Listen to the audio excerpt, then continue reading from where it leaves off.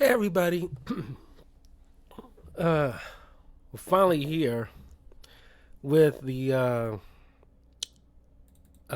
new comic book review, which honestly took longer than I expected to be, but it's finally here uh, with my Batman Eternal uh, comic book comic book review. Whew, God, I got a lot of slides to get through.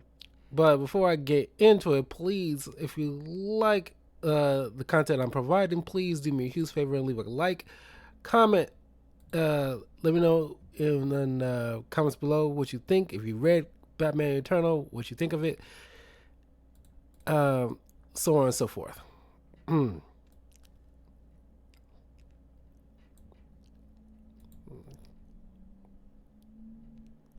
Get all this prepared.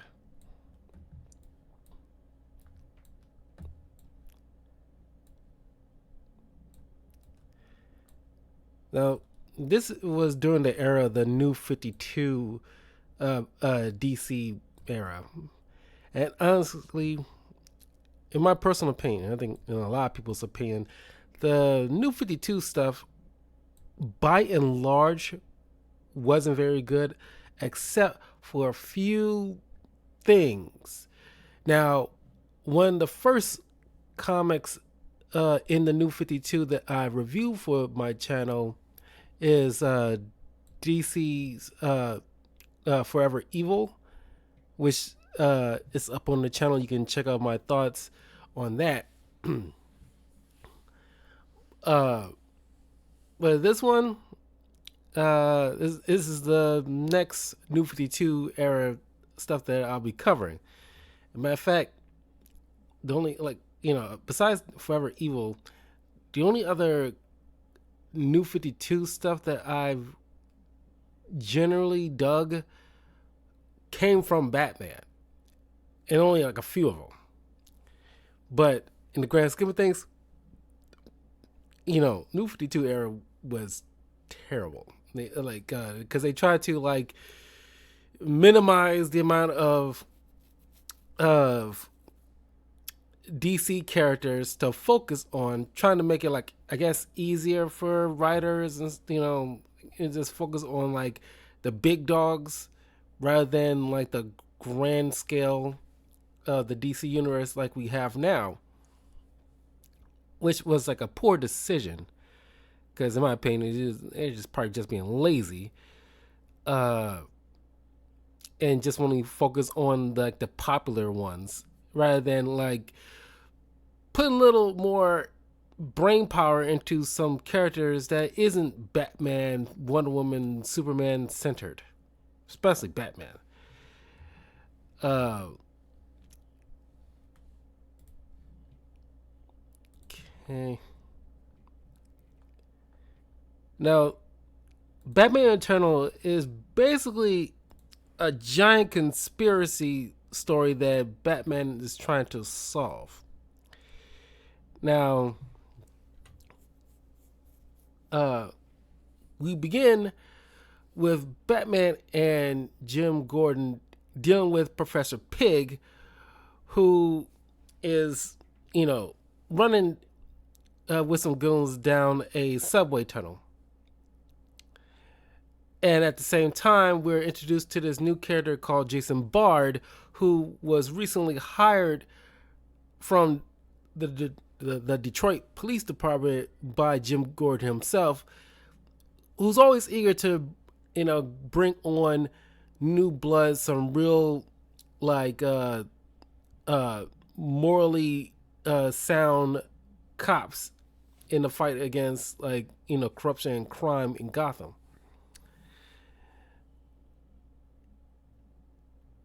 And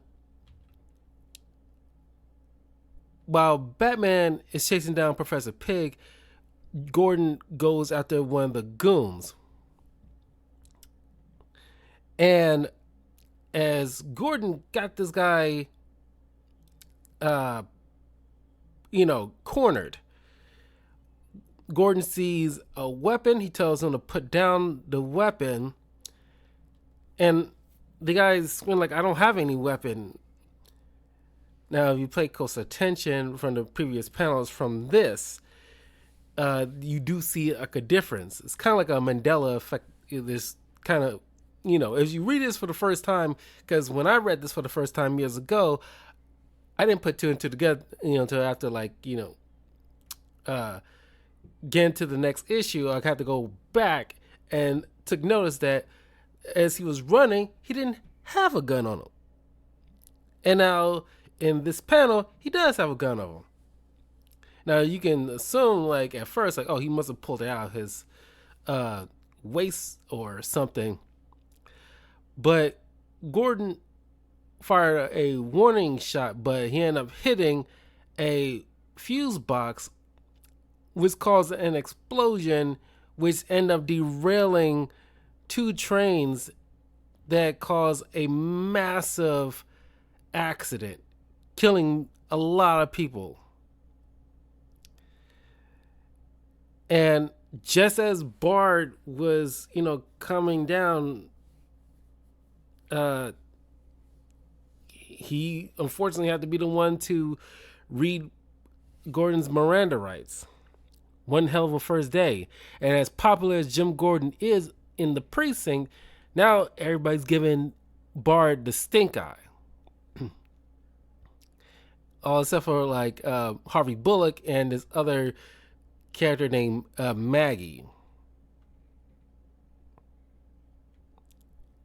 So, of course, a lot of the Bat family is, being called in when this massive news cycle is carrying on. And of course, Barbara is just like having a fit at this point. Of course, Tim Drake is Red Robin at this point. This is like 5 years after the whole Zero year, when the introduction of, Batman to Gotham City and clean up corruption and all that other stuff. And then at some point, there's some situation with Nightwing that, I don't know, he's supposed to be dead at this point or some shenanigans. So, Nightwing is not part of this, unfortunately. But we have like Lucas Fox, son of Lucius Fox, who is Batwing at this point, who's pretty much wearing like a Batman Iron Man suit, basically. So we got Red Hood, Batwing, Batgirl, and Red Robin coming to Gotham, trying to assist, trying to figure out what the heck is going on. And of course, we also get this DC character named Jim Corrigan, who in the DC universe is the anti-hero, the Spectre. He's bonded by the Spectre, who's pretty much like the right hand of God, who punishes guilty people and destroy evil souls and demons and all this other stuff. So he's coming to Gotham because he, is on a trail of this kind of mysterious, like, supernatural, breadcrumbs that he's following to Gotham, which eventually leads to Arkham Asylum. Well, we'll get into that soon.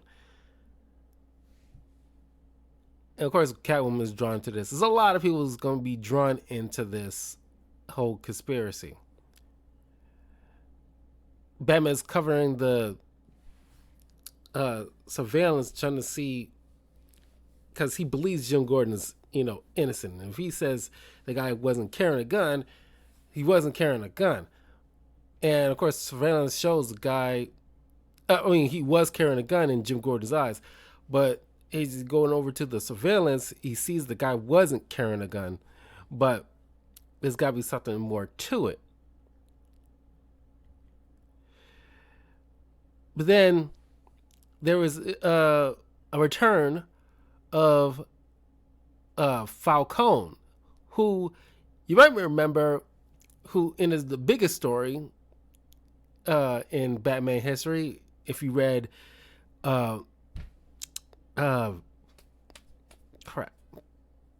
uh, The Long Halloween, which I'm pretty sure I covered that uh, comic in my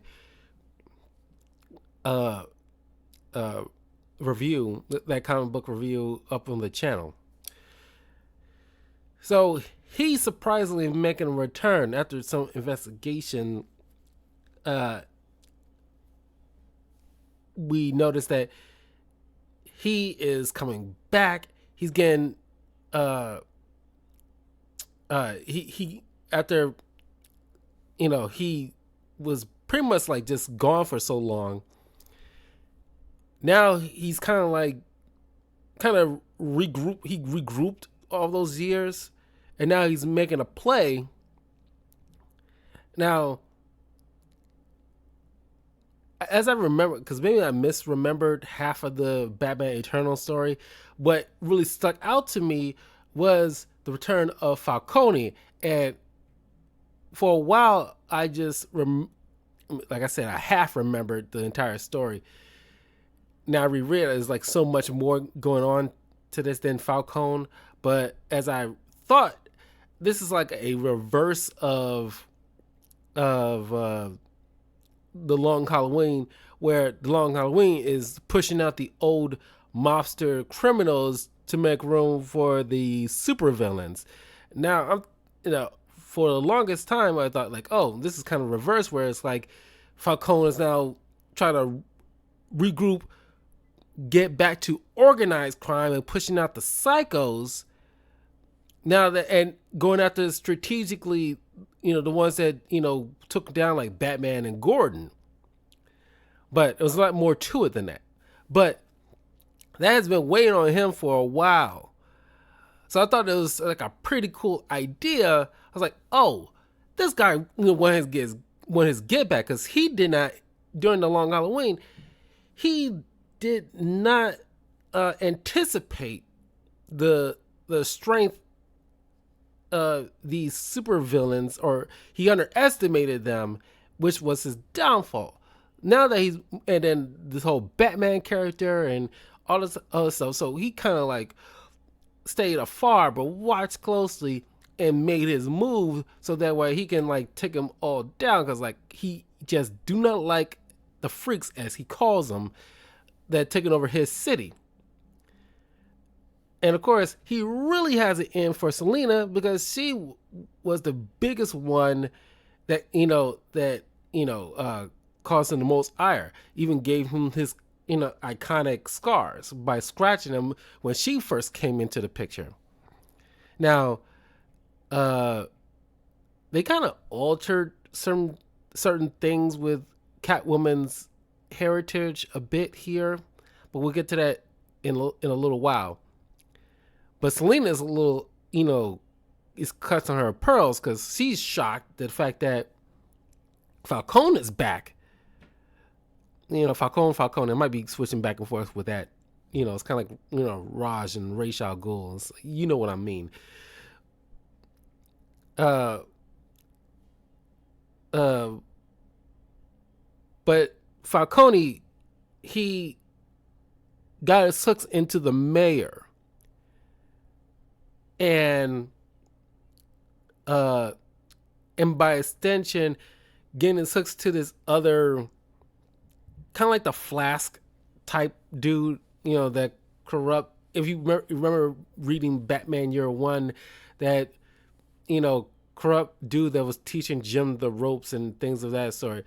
It's another one of those type of dudes. I can't remember his name like that, but he loves like the good old days where cops pretty much like can just do anything they pretty much want to, kind of thing, with no restraint. Pretty much corrupt cop. So he ended up putting this dude as the replacement commissioner until it's official. But not everybody's happy about that, because nobody likes this guy. But we pause on that as we are introduced for the first time Stephanie Brown, who we'll know later to be Spoiler.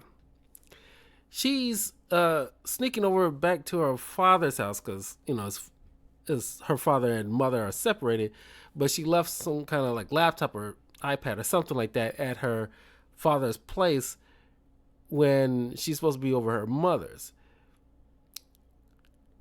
And as she tries to sneak in because she doesn't have her keys with her, and she ended up spotting her father, who is the villain Clue Master. Pretty much everybody jokes about this being the discount Riddler, and uh, uh, uh, at this table with all these like low rent, Batman villains that isn't like the big names, and she sees them making some kind of plan, look like some kind of heist or something, catching him by surprise, and it's like, oh heck! But then she gets knocked out by this shadowy figure, and the shadowy figure tells Clue Master like, "You're gonna have to settle this. He's seen too much clearly." Uh, we'll get back to that in a second. There's gonna be some back and forth here. Uh, Batman goes to the Penguin, try to get some answers as to why Falcone's come back. What do you know? This catches Penguin by surprise because he did not know about this, and of course he's one of the big ones that took part in taking down the old mobsters, because the new villains or the new bad guys are the ones with like these crazy gimmicks and or some supernatural type of power set or something like Poison Ivy or Mr. Freeze. And so now Penguin's like nervous because he knows he gonna probably have to go to war with this guy, which eventually turns out that way anyway. So Penguin's pretty much have to mount his forces because Falcone's gonna be coming at him, and Batman's wondering like where he's been this whole time and what's his big play. So we see this like this dude here. I'm just gonna call him Flask. He's not his name, but this makes it easier for me to remember because he's pretty much like the Flask guy. Like, I'm only human, Jimmy. What, you don't like falafel? So, and of course, Falcone has this whole signature red rose thing going on, and they say he doesn't have some kind of gimmick. He's pretty much like the Godfather kind of thing going on with him. Uh,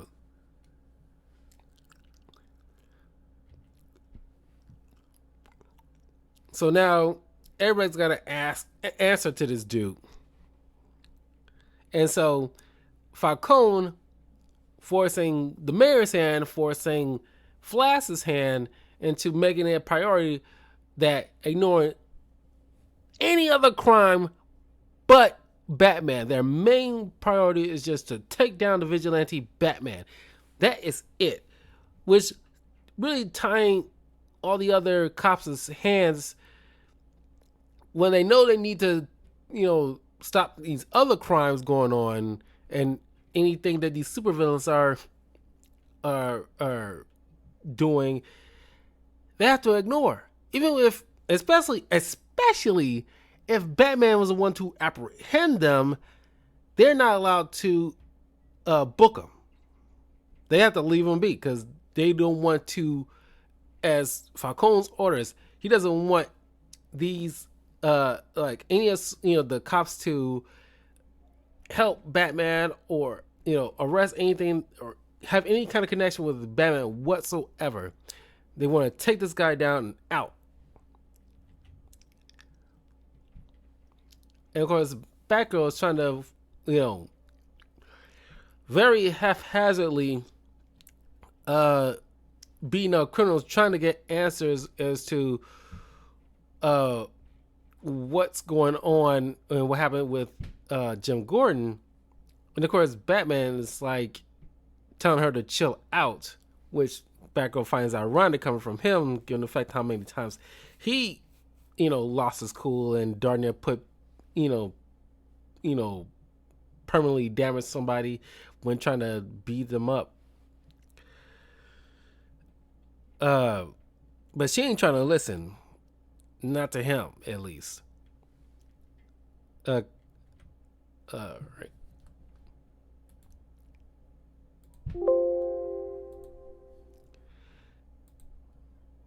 Yeah, I gotta lock the cover here.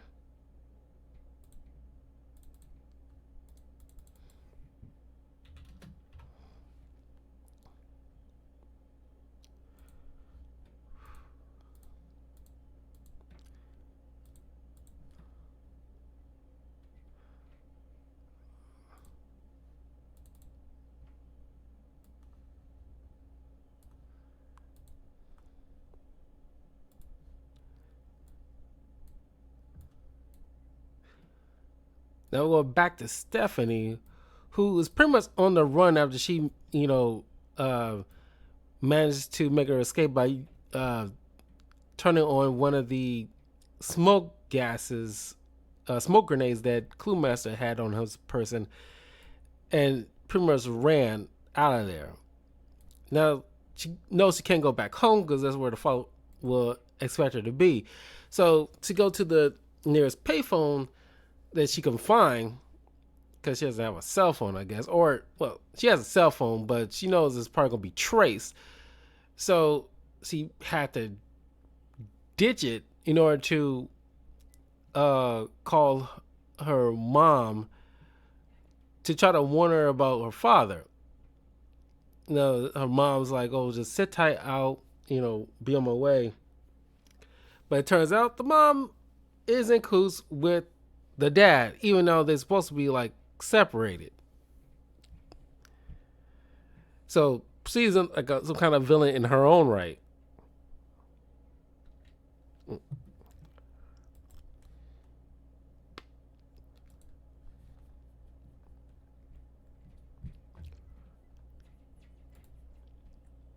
Sorry, I got cough drops in my mouth, so it's like I gotta soothe my throat. I'm feeling a little bit better than I did yesterday.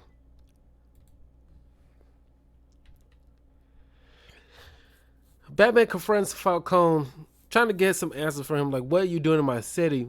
And he doesn't got nothing on him because Falcone hasn't legally, or at least not hard proven, done anything. So Batman can't exactly, tie him up for the police because they got nothing on him. And at this point, it would be pointless because they would just let him go immediately. He already got his hooks into the necessary people he need to try to regain control of the city. So Batman just tells him, "Look, I'm watching you."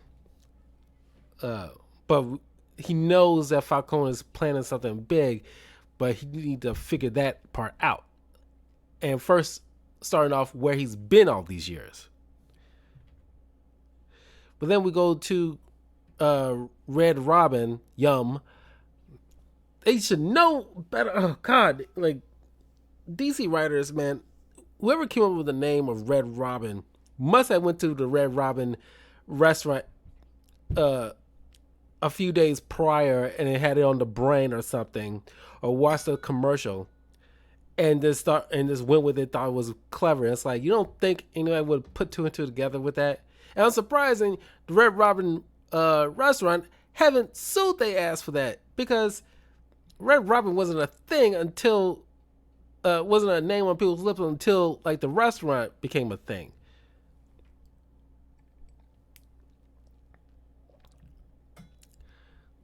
But it's whatever, I guess. Matter of fact, I've never been to a Red Robin before.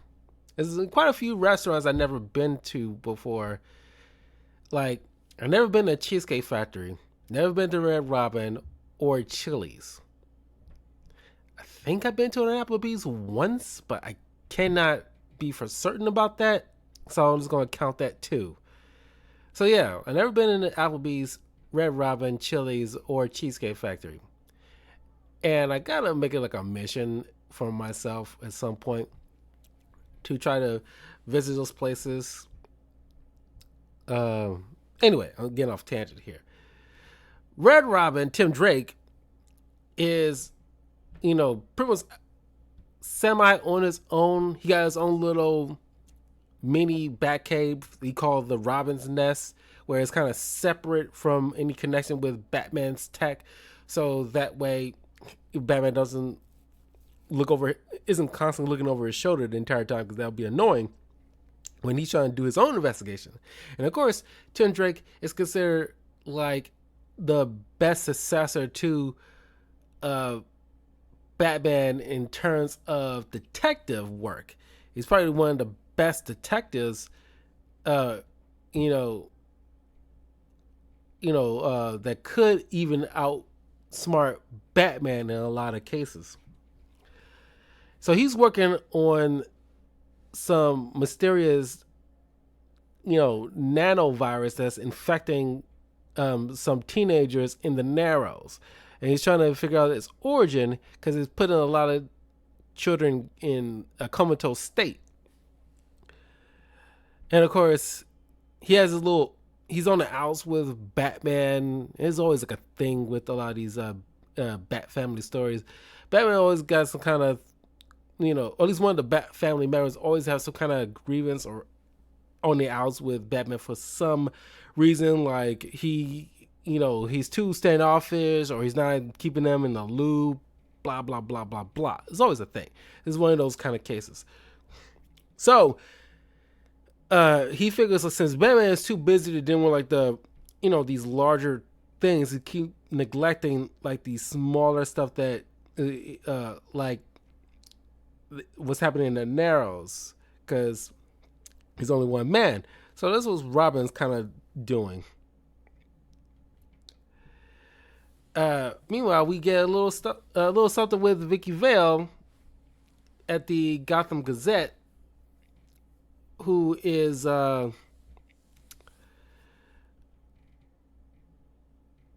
me see, because this is guy here.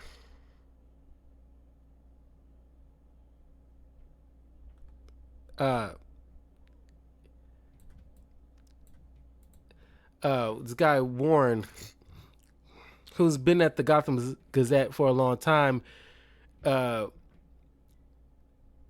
and Vicky Vale kind of looks up to, but she kind of have like some kind of like chip on her shoulder when it comes to this new guy named Joey Day or Joel Day. What is this? Yeah, Joey Day, who's like this new kind of reporter who does like these puff pieces, or she doesn't, respect this new kid because like it's kind of like he's not Gen Z, but he's kind of like, if because this came out in the mid 2000s, but he's kind of like what we consider to be like the Gen Z of today, where it's like, oh, you did these little, internet blog things, well, actually doing the footwork like real reporters. And Warren's kind of like laughing at her. It's like, look, you're still too young to be acting like me, who's a dinosaur, to this.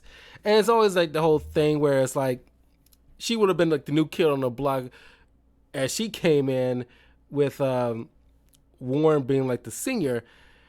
And it's like it's always like a circle of life thing here. There's always some kind of new cat coming in with their own style of doing a certain thing that would seem foreign to you when it was foreign to me when you came in.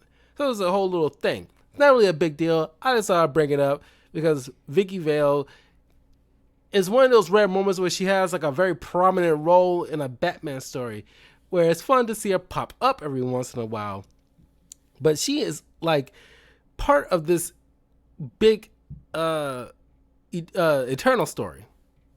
It's gonna be a huge conspiracy that she'll be part of, the one that's gonna crack it. So Warren suggests that she take the kids so that way he'll learn the ropes, but Also, you probably learn something from him, kind of thing. Doesn't really happen. This dude doesn't really play any kind of part in this, really. He's like a tag along. If you take him out completely, uh, you really wouldn't miss anything, or at least it wouldn't affect the story at all. I guess he was just there to for Vicky Vale to bounce ideas off of, or so she won't be just talking to herself, kind of thing. Uh, but he's given her an assignment about what's going on with the Narrows and like what's going on with these kids. And of course, Batman talks to Robin about this whole entire situation, uh, and they decide to start like, okay, we need to regroup and pull our resources and everything like that. Uh, and of course, now these kids are like at first were comatose. Now they're kind of waking up, and these ethereal nanite things. Well, I say ethereal; they kind of have an ethereal glow, but these little cloud formations of these tiny nano tech things are taking control of these teens and starting to, if they feel, I guess, threatened because uh, Robin's trying to hack into what's going on. So they immediately start attacking. Ironically, it's in the same building as the another new uh, character of the Bat family, who we haven't seen all that much in recent years, in all honesty, called who will be known as Bluebird, aka Harper, whose brother Cullen also turns out to be infected by these nanite things, while Vicky Vale is in the Narrows trying to question these goons who doesn't take kindly to reporters and what have you. Who, at this point in time, a lot of these crooks are working for Falcone, who's just like, getting his hooks into, a lot of criminals in Gotham at this point. That's when, like, in the above, above the room they're in, comes crashing Robin with this other kid with the nanite cloud thing attacking him, and thanks to Harper and Robin, they managed to get that deactivated. Hold on.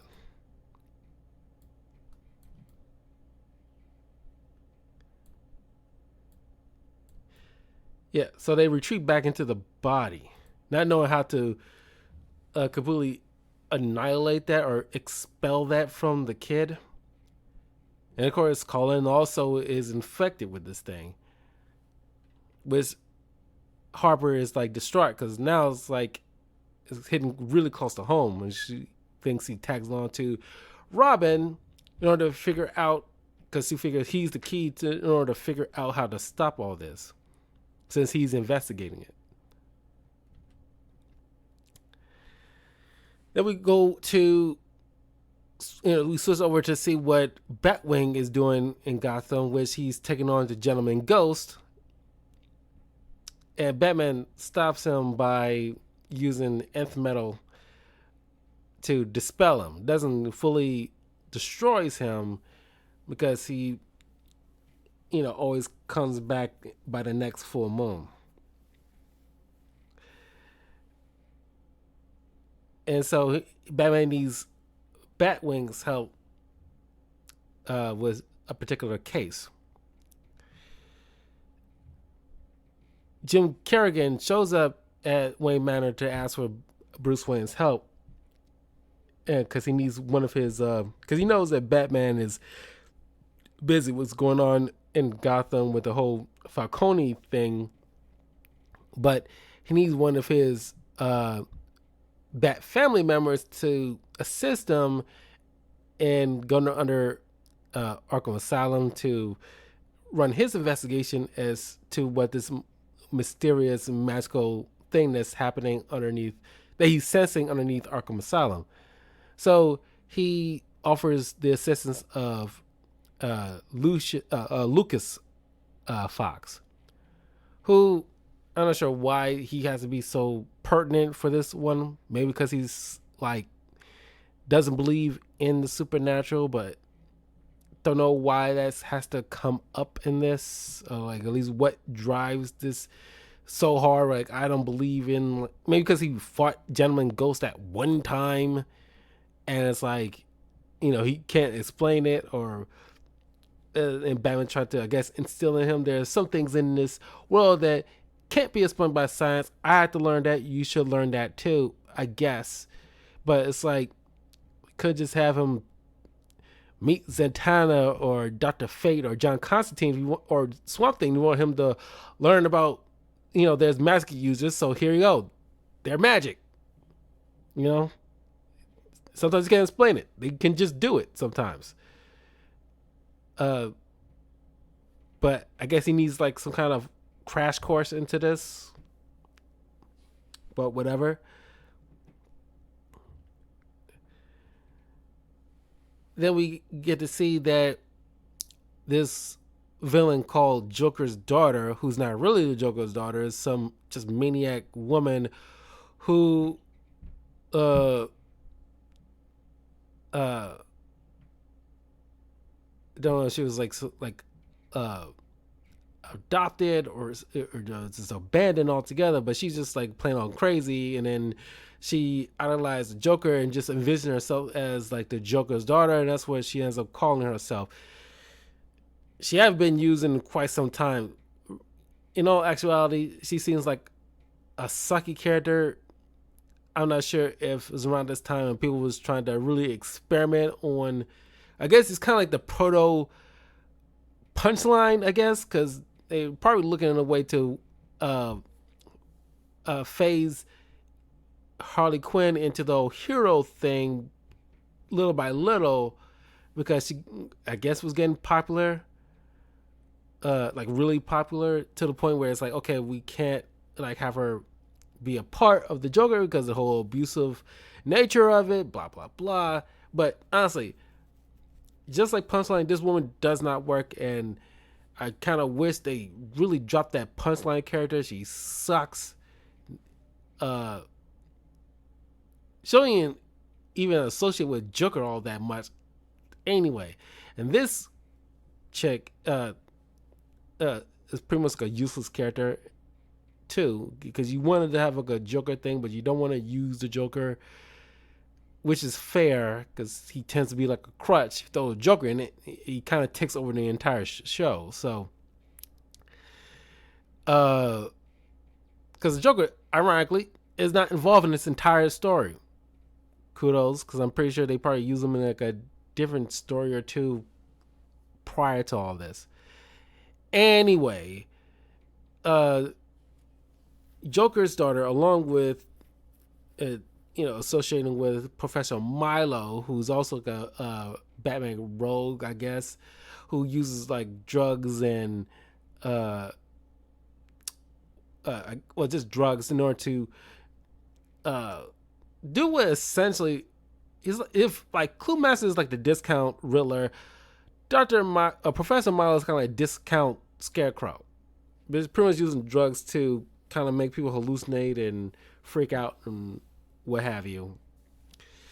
He is working in Arkham Asylum, taking certain inmates in a secret entrance underneath the asylum, where we see Magpie, who by this time when I first read this years ago, I did not know who Magpie was, but thanks to Beware the Batman, I know exactly who Magpie is. It's just like a kleptomaniac, thief who is pretty much like a discount Catwoman. So there's going to be a lot of discount versions of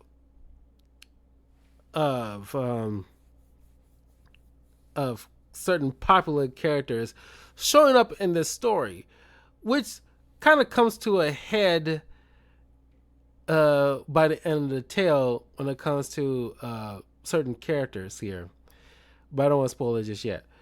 But they are sending certain inmates underneath to kind of feed this kind of magical entity that Jim and Batwing are going to be investigating. So Jim kind of weaves some kind of magic spell to around Batwing to kind of protect them from any kind of supernatural entities, that might try to possess him or mind control him or whatever. So he can have like a decent defense, so he can actually fight and be a proper backup for Jim.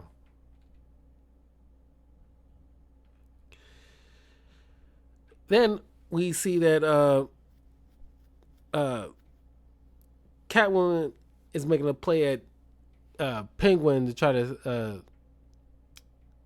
steal something of his, but at the same time, Falcone is making a play and attacking the Iceberg Lounge, which ends up putting the entire place in the water, and Batman and Catwoman has to save a bunch of people, including Penguin, from drowning and getting attacked by killer whales. But it's also like a added to the plan was to sink any riches that Penguin acquired that's in the hospital lounge to sink at the bottom for Falcone's men to come collect later, which Batman ends up putting a stop to.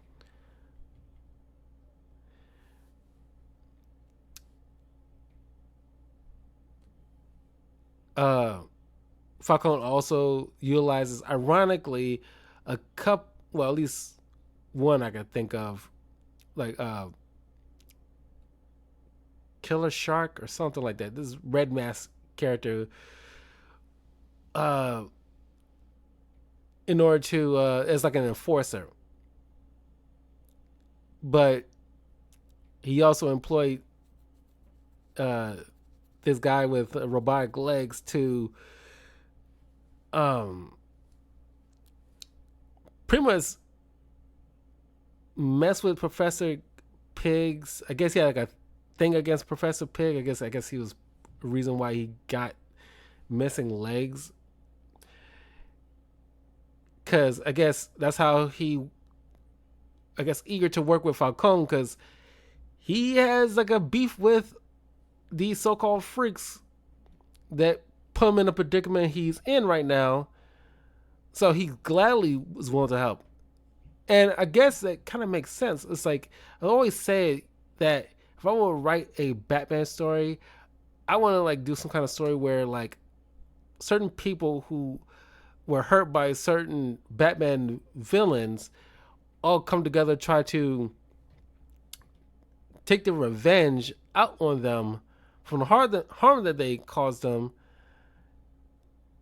because they would have a legitimate grievance because they just ain't permanently locked up or just dead altogether.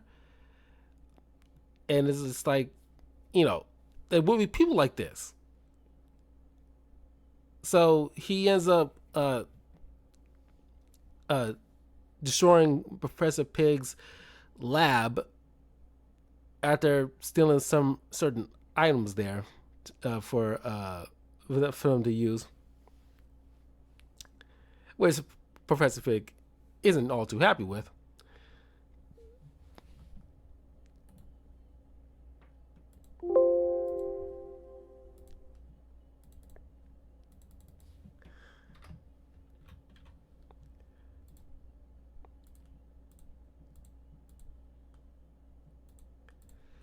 Okay.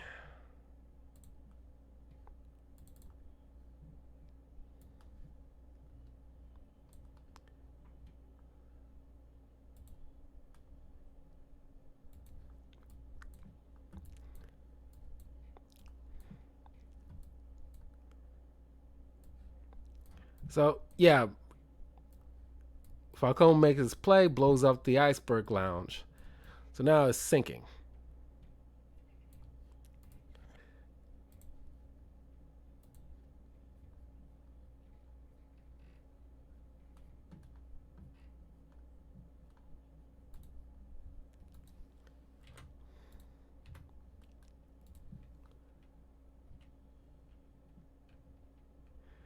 And that's Catwoman actually saving the Penguin. And of course, after Batman was dealing with Professor Pig and trying to stop his Dollartrons, he informed Professor Pig in order to distract him long enough to get out of that mess he was in. Tells him about how, like, his Falcone was one who messed with his so-called art and ruined his lab where he created his quote-unquote art. And so Pig decides, like, oh, as revenge, he sabotages this guy's lab and ends up blowing this guy up. And then he's end up going after Falcone for what he did.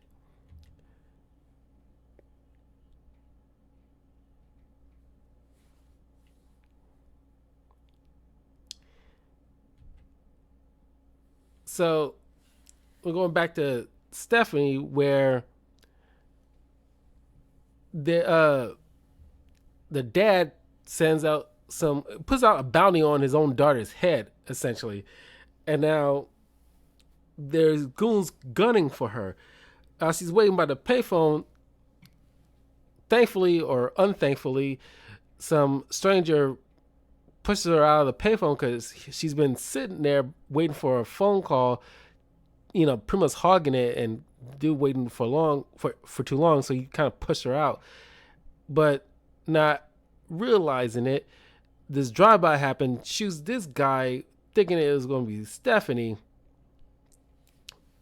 and of course this, results in Vicky Vale and Bard trying to, Bard trying to investigate this death and see what was the cause of it. And Vicky Vale is trying to interview this new up and comer cop, this hotshot cop kind of thing. Of course, he can't tell her everything. And of course, they end up going out and hooking up. Batman tries to speak with this discount flask. There's a lot of discount people here. Discount flask, has orders to bring him in no matter what. And Batman's trying to implore this guy. It's like, look, we all want the same thing. We want to stop crime in Gotham. Like, I'm just here to help. Because he's trying to still work with the system, despite the fact that the person he likes working with the most, Jim Gordon, is in prison currently. But he doesn't not want the arrangement to change. But he ain't trying to listen. And Bard, calls in like the tear gas team to deploy, giving like Batman a chance to escape.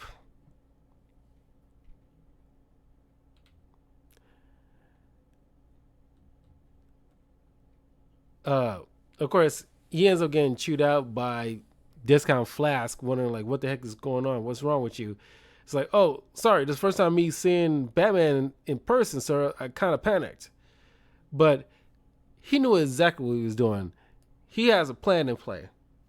Because he doesn't like the fact that his hands are tied, knowing the fact that they're being forced to ignore crimes for the sake of this one vigilante, where they could be like stopping so much stuff going on around them.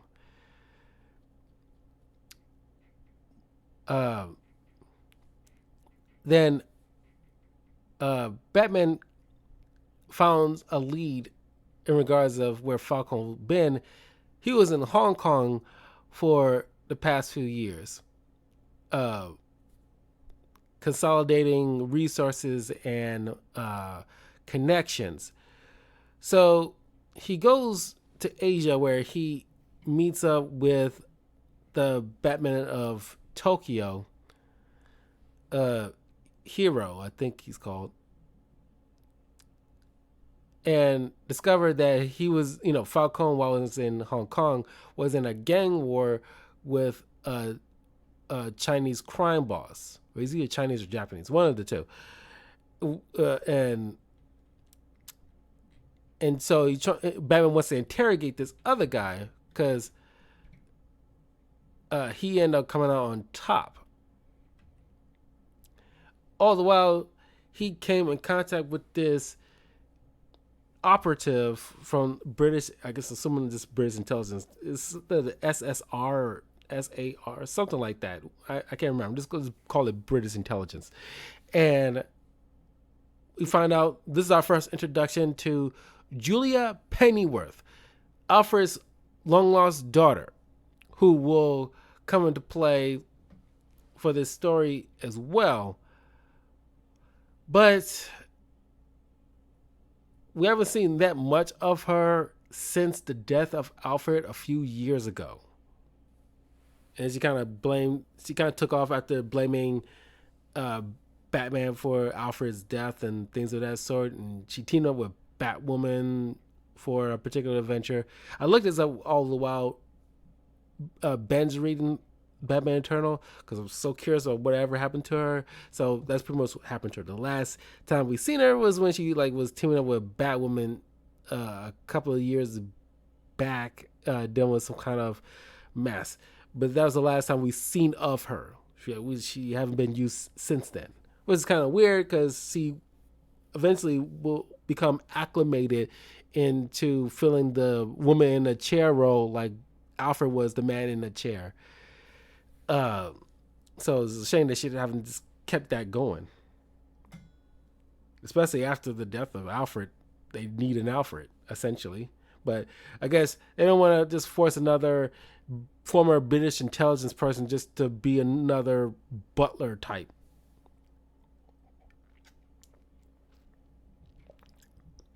So she was going after this crime boss uh,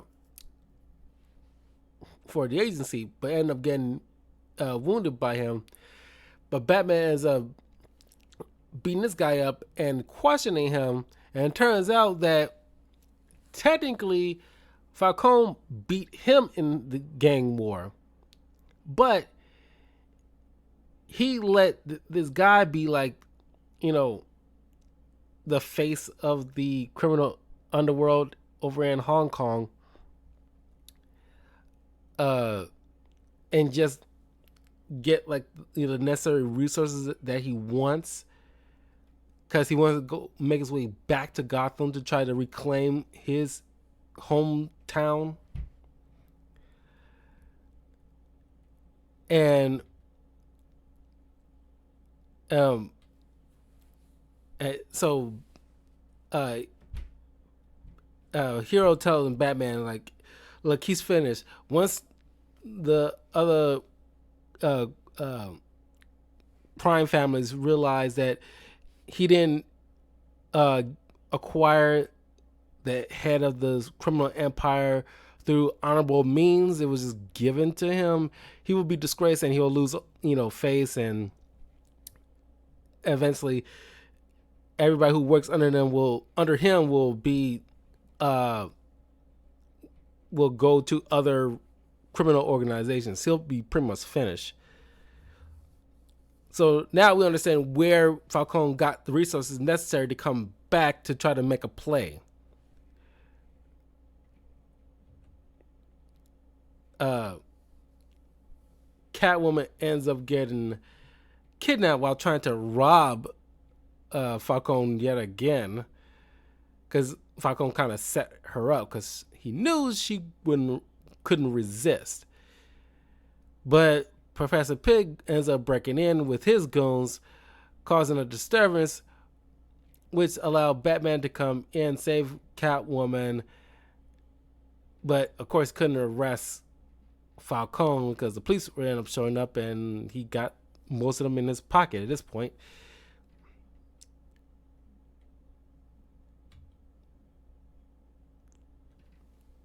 And of course, that's where the Pennyworths are reunited while she's trying to heal in the manor.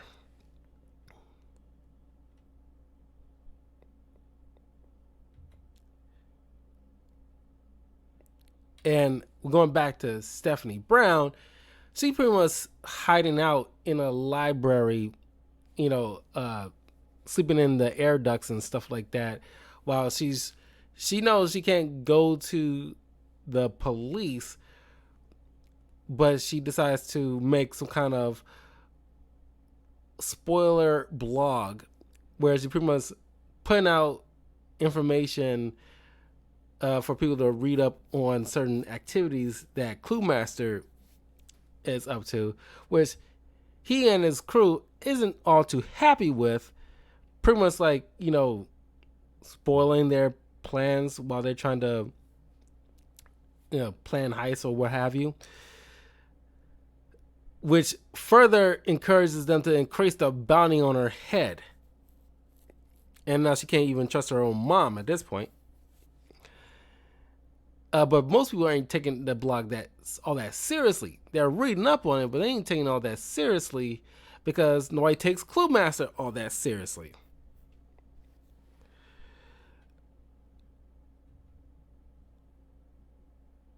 So yeah, here's where Batman and Catwoman take down Professor Pig and his cronies.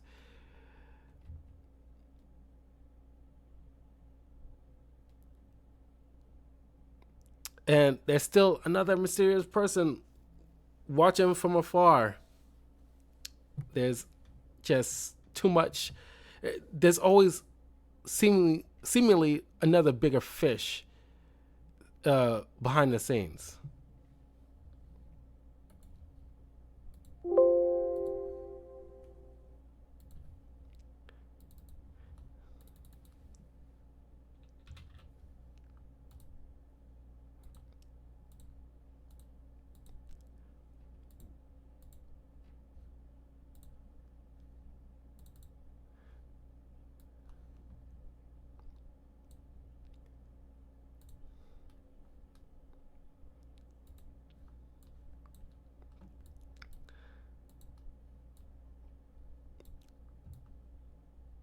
Batgirl finds, going back to Batgirl and her investigation into uh, what happened with Gordon. She ends up finding out, scouring through the subway, incident. Hours prior, there was one guy who never got on uh, any train leading up until a few minutes before the incident even occurred. And this is like a Brazilian guy who's some kind of like actor. So she cross-referenced the face, which leads her to Brazil. And of course, Batman doesn't really buy that because he's seemingly like an ordinary person with no priors, and just because he hasn't gone in the trains, for a couple of hours doesn't really prove anything. But it ends up bearing fruit, where he comes clean at the fact that he owes some people, and in order to pay them back, he offered to have them utilize his face for he didn't ask any questions. So they kind of use his face by some technological means for, I guess, this particular purpose. Of course, Red Hood was tagging along, asked by Batman to make sure that Batgirl is not crossing any particular lines. And, Batgirl finding this freaking ironic, having Red Hood, of all people, to making sure she stays, grounded.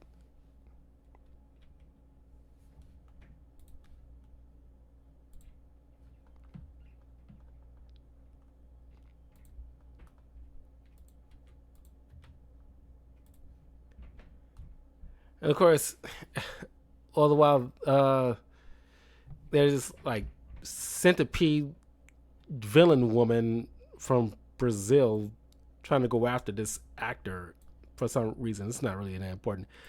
The guy says like, I owe money. to the club of villains. They say to pay them back, I must give them something better than money.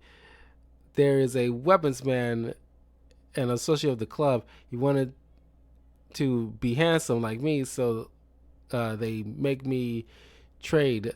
I go to another man, a doctor. What's this? Um, Magritivites, something like that. And he put things on my face, still insects, horrible squirming things that crawl into my mouth, into my nose, across my skull. Uh,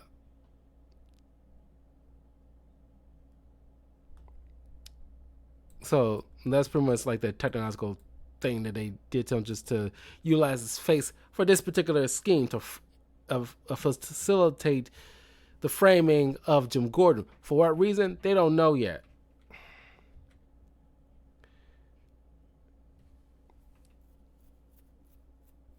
Of course, Batgirl, in an attempt to save the actor from this centipede lady, she sends like these still bug things after him and they're crawling over him. And while he's squirming, she kind of, as he's trying to jump out the window with him, because this is her solid lead, she ends up accidentally dropping him because he kept squirming. But thanks to Red Hood and Starfire, who gave him a ride, saved the actor from falling to his death. Uh, and now Red Hood, who actually speaks Portuguese, is tagging along just to help Batgirl with her investigation, but make sure also she stays in, from crossing the line, like she almost did, because she was too bullheaded at this point.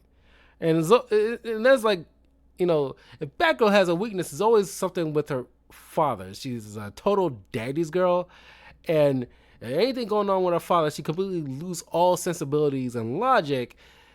And like, that's where you can easily get her off kilter. She's too hyper focused when it comes to her dad, and gets off her game very easily. That's her biggest weakness.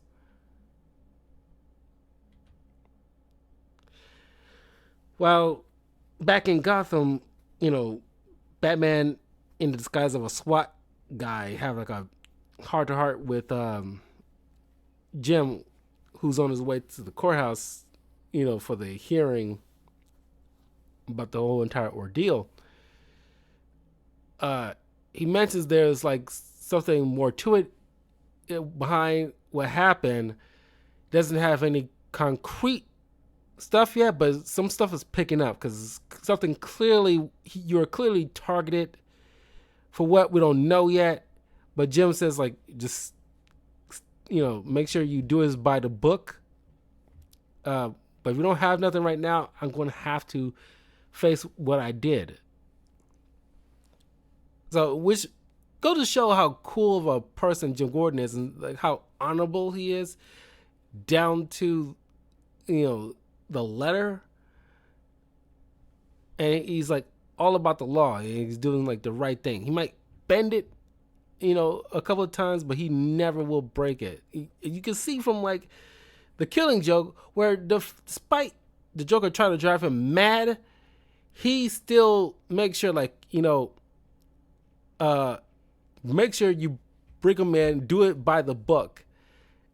And it's like, God, this dude's made of some solid stuff. You can see why Batman looks up to him like a second father.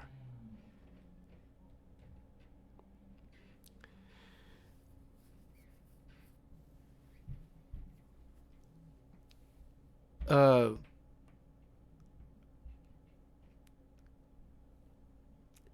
Red Robin, is getting hacked by Harper when she's trying to infiltrate his system, trying to track Red Robin down. So she's slowly creeping into like his world little by little,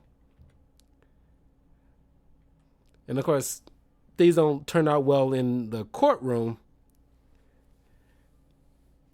Everybody who looks up to Jim is there. Even like Bruce Wayne incognito's way in the back, looking on as this prosecutor is just laying down like, hey, we all know the good stuff Jim Gordon does. He brought the city out of chaos from the criminal element and took down the mob, and he did everything by the book and, the letter of the law. So let's not fail him and use that same letter of the law to put him behind bars, because he pretty much derailed like the defense.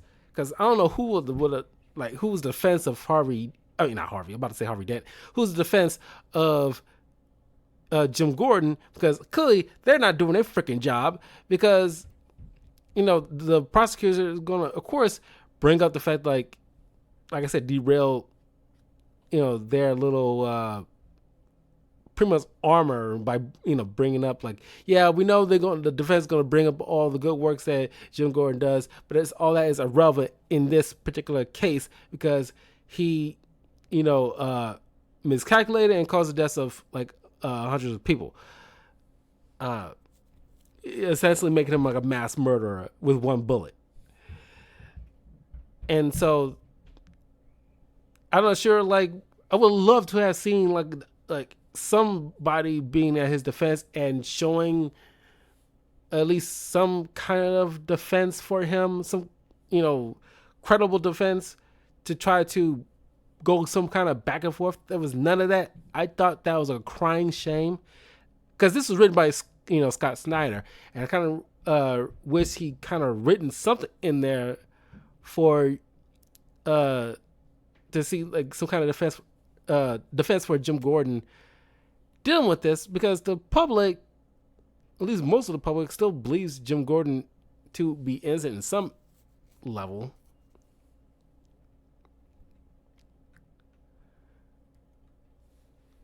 So Bart, along with Maggie and Harvey Bullock, came together in secret in Bart's apartment as he's been putting like a plan together, because he's getting kind of like sick of getting his hands tied when crime is all around going rampant, because Discount Flash is ignoring all of that and wasting resources trying to track down this one vigilante. So Bart convinces Harvey to set up a meet between him and Batman, because Harvey, along with Jim, worked with Batman and met on more than one occasion. So of course, second to Jim, Harvey will be the next person to know how to get in contact with Batman. So Bart comes up with an idea that since Falcone has hooks into a lot of criminal organizations, we can't just directly go after them. But if we still do what they ask by, going by protocol to tracking you down, wherever you go, we have to follow. So Batman ends up, swinging by in the open, making it very obvious for Bart and his team to follow them. And he ended up landing on top of one of his buildings. And as they thinking like, oh, we got the Batman, let's go inside. And he also brings along Vicky Vale, a reporter. And they burst in saying like, oh, hey, I think we got a slide for that, but it was like a cool little moment. But we also get like a moment where Jim's son, his firstborn, who you remember from Batman Year One, who was a baby that kind of was saved by Batman, but suffered a slight injury, which in his older years ends up turning him into kind of like a lunatic, some kind of brain issue, whatever. And so he was like the black sheep of the family. So he was a lunatic, but now coming back, uh, thinks like, oh, my father finally seen the light, and he tells Jim about how like when he was young, he overheard him in the kitchen just talking to himself about how awful the city is. Sometimes he wish he could just leave, blah blah blah blah blah.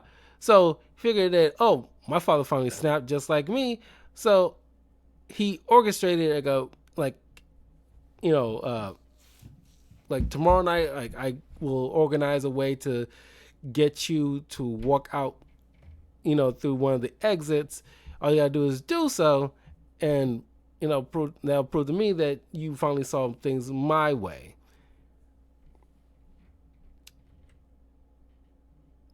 And of course, Jim, of course, doesn't do it. Stephanie, going back to Stephanie, she ends up trying to get in contact with one of her friends,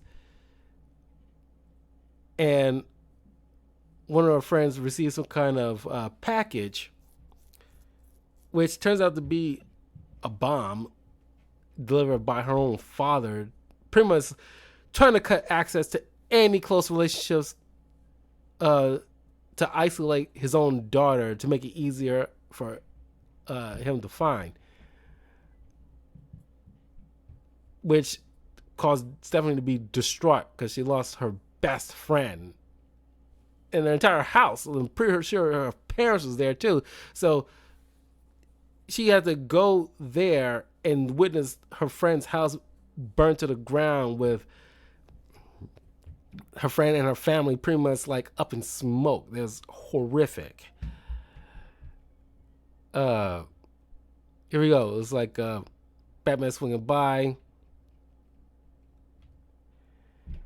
and as they break in, and they see like a lot of these guys wearing like tattoos to a mark of the rose, trying to show the gang affiliation of the Falcone family. But the bar is like, I see a bat symbol on his wrist. Don't you, Harvey? Sure do. And they end up causing them to get arrested. I was like, we see all this, and we got a reporter on hand, so we have to arrest these guys.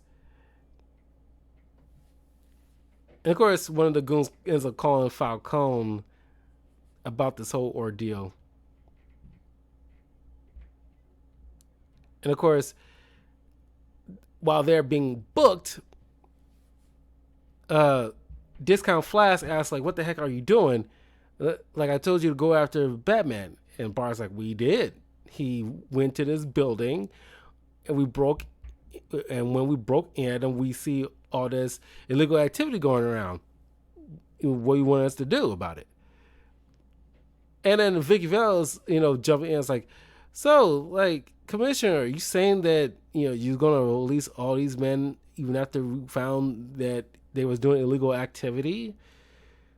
Should I quote you on that? And, of course, he stuck between a rock and a hard place. He cannot, lose face, so he has to let them get booked, which doesn't sit too well with Falcone. Of course, now Bart goes to after bugging him and Vicky Vale bugging the mayor's cell phone and hearing the conversation he has with Falcone and himself.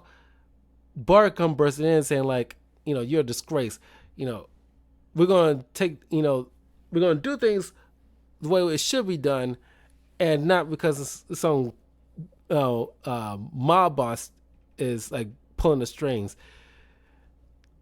And eventually we're gonna lock you up too. So now things are getting back on track slowly but surely, thanks to Bard's plan. Then uh, Penguin ends up breaking into one of Falcone's hideouts, where they pretty much like, you know what, we're going to duke this out, mano a mano. Uh, but then Bard and the police burst in. It's like, well, y'all both under arrest. Don't worry about that. So they both get hauled into Blackgate prison.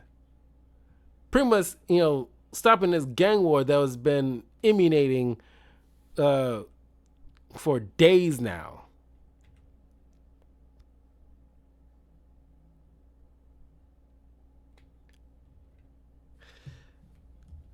Okay.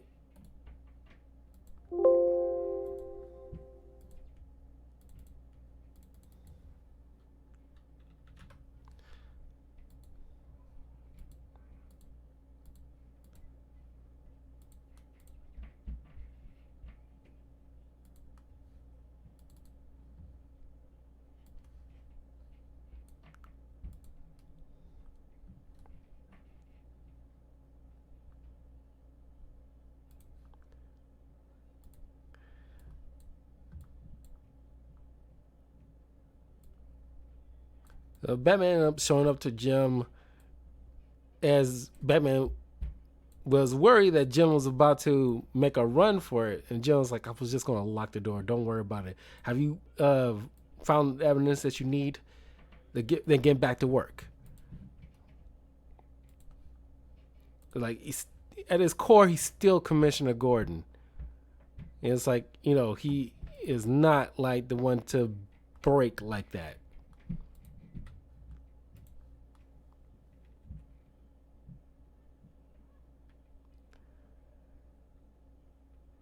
But then Batman ends up confronting Bard, who points out that in the throes of trying to get Falcone and Penguin arrested, a lot of people end up getting hurt along the way.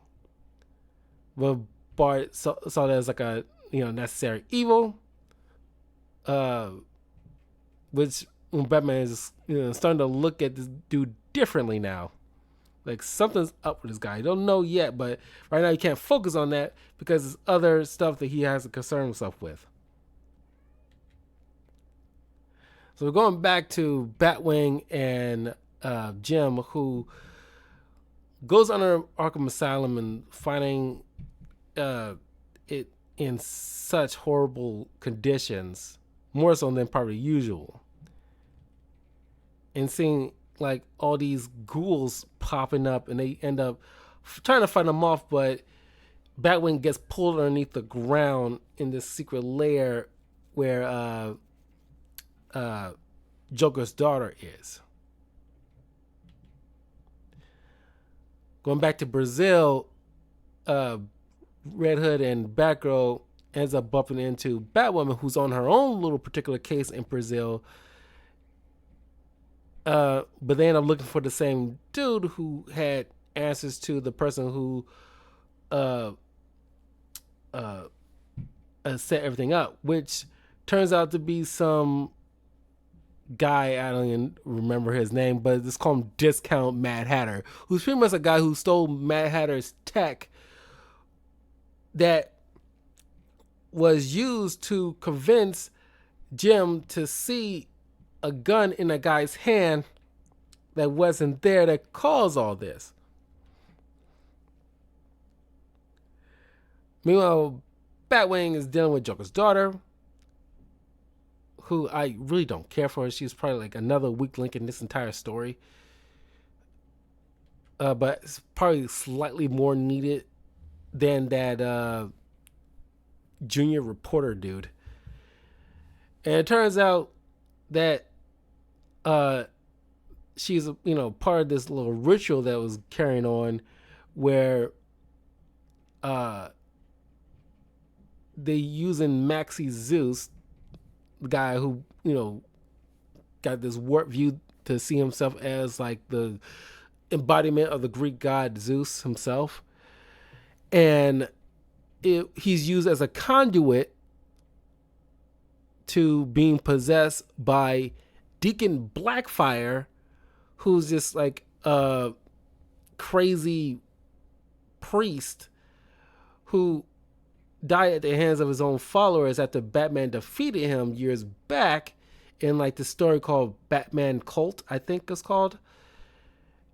And now through this like summoning ritual, or at least some machinations, that was being orchestrated in order to uh, cause his summoning and needing him to access a proper body. Max Zeus was like a proper conduit.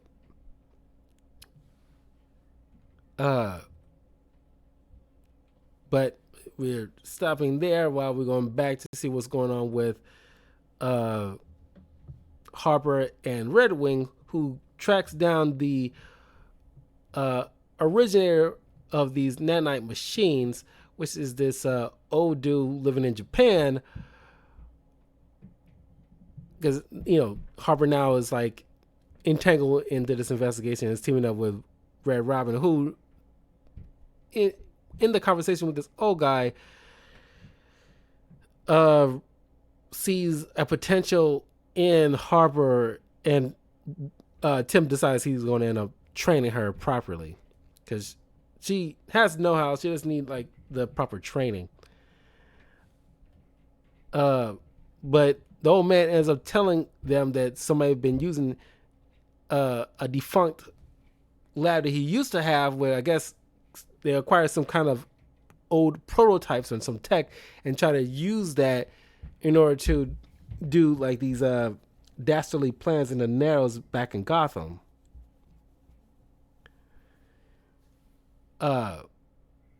So he ends up giving them the idea on how to, how they work, so they can figure out a way to properly shut them down and trace the source also.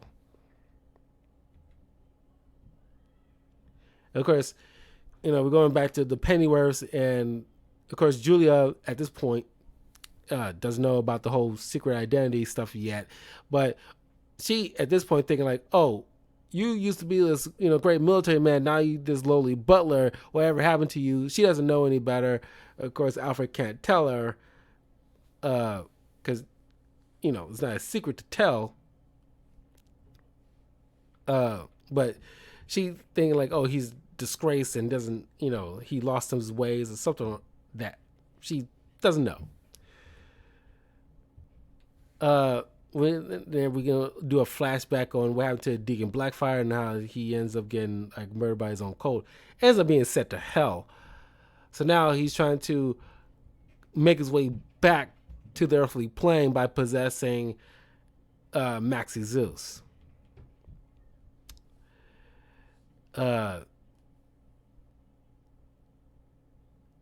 Batman and Bard ends up tracking down this homeless person who at this point in the Batman mythos, Killer Croc is pretty much like running, at least king of this underground, looking after like the homeless and the abandoned and stuff like that. So when the girls ends up being like taken by the 10-eyed man, who ends up trying to, as he's crazy, trying to make a bridge between like an, I don't know, hell or something like that, and the earthly plane by kidnapping a bunch of these people and I guess stealing their souls or asses or something like that or other. So they pretty much just like husk. So they try to save this girl, which they end up doing and closing this entire like portal or whatnot. Gotham's freaking weird. So Batgirl finds this ugly looking discount Mad Hatter dude who's pretty much stole Mad Hatter's tech and incorporated it on his person in order to pretty much run this pretty much sweatshop kind of situation. Batgirl gets in trance and ends up seeing her worst fears, which is Joker and her brother, and which, you know, instead of seeing Red Hood and Batwoman. So while Red Hood is trying to fend off Batgirl, Batwoman is trying to stop discount Mad Hatter.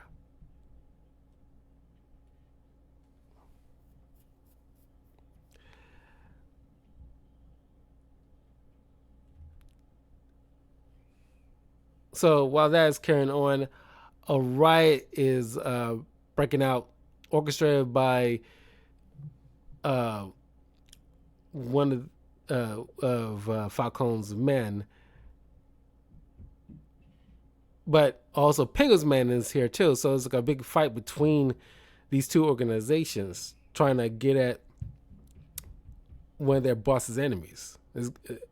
And Falcone and Penguin, of course, is in their own little solitaries. So the warden, who still has some kind of connection with Jim, because, you know, she did something that caused her to put out the force, but she ends up becoming the warden of this Blackgate prison instead. You know, most of the guards are held captive. She ends up going to Jim, trying to see if he can. So she, as he puts it, he ends up doing this whole Die Hard thing, which he helps get the situation under control. And we end up also along the way meeting up with Jim Gordon's cellmate, who turns out to be not only the predecessor to Falcone, who used to run Gotham before Falcone came into the picture, but he's also turns out to be the biological father of Catwoman. He's known as the Lion. Now, as I mentioned earlier about Catwoman, they mess around with her lineage a little bit. In most iterations, Catwoman is a daughter, like an illegitimate daughter of Falcone. But in this particular story, and this is probably the only one I can think of where they pick a different character to be the daughter of Catwoman. I think I liked it personally better. Like most iterations, Catwoman being the illegitimate daughter of Falcone. That was pretty much abandoned altogether.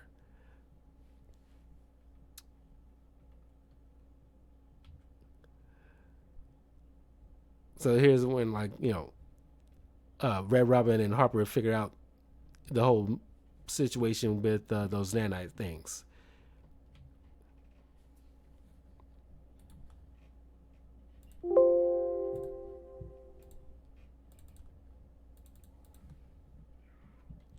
Okay, halfway through.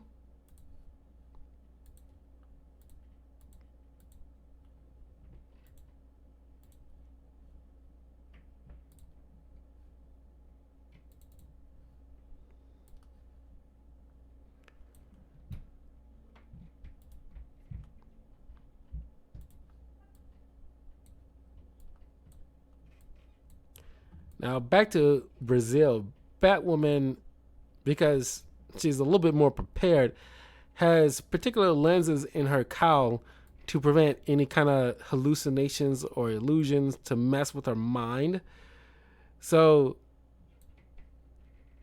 she turned the tables on discount Mad Hatter, who is now seeing hallucinations himself and seeing Batwoman as this like fire, because he has fiery red hair. Now it's like it's like a fiery skull demon, like a Batwoman version of Ghost Rider. So he ends up jumping out the freaking window and running into the woods as he tries to chase after him.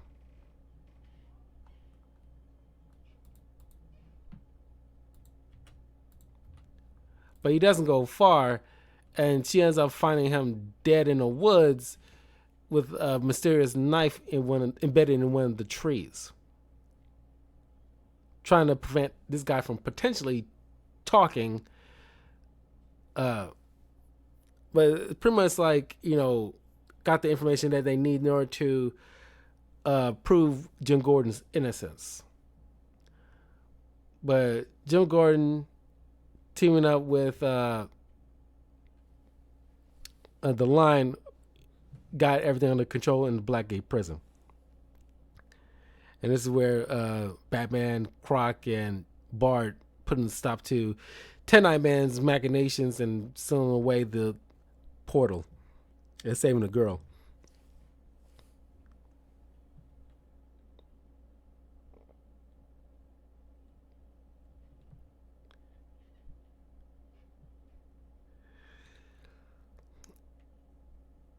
So now Falcone is getting released, and he got enough strings to pull in order to like get that to happen.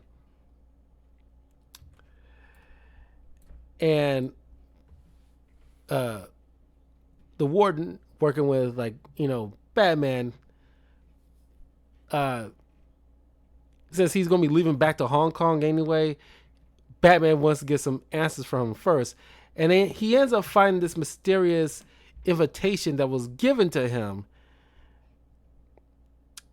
saying that once Jim Gordon falls, like what was like, I'll read it properly here. You have been cordially invited to partake in the devastation of Gotham City. Jim Gordon falls in pre something 2 weeks time. The rest is up to you. So Falcone didn't come on his own volition. Somebody anticipated, or at least set in motion, and invited Falcone to try to take advantage. Who? He doesn't know. He just, came by and figured like, oh, I can take back my city. But he figures like, at the city, it's pretty much, outside my grasp at this point. It's going off the freaking rails. I'd rather go to Hong Kong where I got a little bit more control and far away from this nutball city as possible. So this technically will be the last time we see Falcone ever in Gotham City. I'm pretty sure there's been other cases where he popped back up here and there, but as far as, at this point, it's like he is done with this city altogether.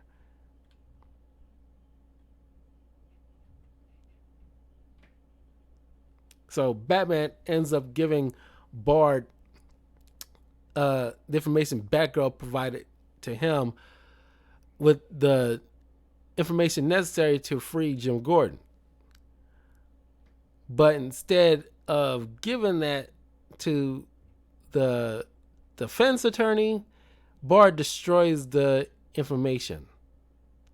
And back at Wayne Manor, Hush shows up and injects Alfred with fear toxin, but not before Alfred manages to put his daughter in a panic room to avoid confrontation with Hush, which eventually clues her into who Batman really is, and in order to save Alfred. Then Bart ends up showing up to meet with I think the guy's called like the architect. Don't know who that guy is, honestly. This is the first time I actually know anything about this guy called the architect. In order to, do his level of damage or something.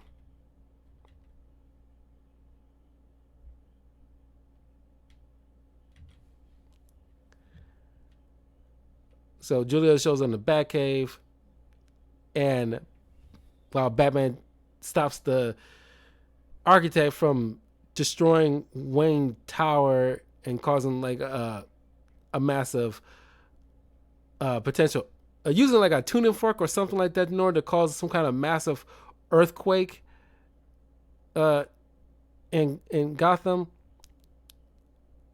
Batman managed to working in a way to make the building itself just collapse rather than because it's about to be it was in the middle of construction anyway, so anybody who was there was escorted out anyway.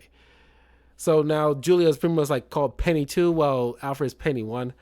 So uh the architect managed to escape, but then Batman, to his surprise, Hush is around now. And then going back to we're gonna be flip flopping here. I'm sorry. So we're going on what's going on with the Lion, who gets that little girl that ends up was the person that Croc was trying to save. He, you know, get her to get in contact with Catwoman to get her to come visit him. So he points out to her that you are the daughter of the most infamous mobster in Gotham City since Falcone. And the city needs to be put under control. It needs a kingpin. It needs you. Because you're like, he sees Catwoman as like the bridge between like the old world and the what's new. Because she's technically part of this Rose Gallery, but she also still has like a saying of mind and know how criminal organizations work in order to pretty much control crime rather than it going and off the rails. But of course, Catwoman at first isn't interested, but there will be a turning point for her in a minute. Spoiler: don her little her new purple black costume and spying on her father to try to get information, record any information that she can feed to the proper authorities. But she ends up getting caught, but manages to escape, leading her father on this chase, high-speed chase. Little does he realize it's on the outskirts of Gotham. So he gets arrested by state troopers who he nor his associates have any kind of reached at. So finally get her father locked up without any kind of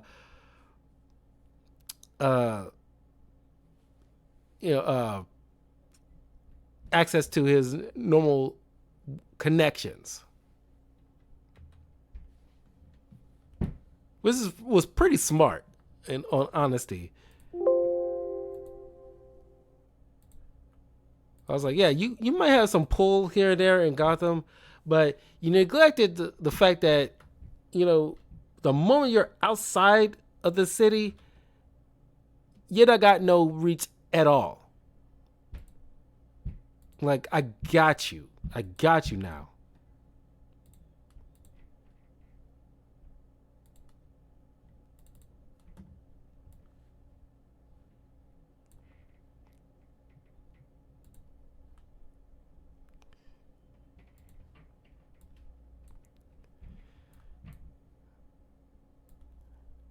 So going back to Batman, now working with Julia, he sees through the surveillance cameras of like who was to, because the architect was locked up previously, how he was able to get his outfit and make his escape. He sees through the surveillance that Bart was the last person to visit him. So now it's like, okay, this dude is shady as hell.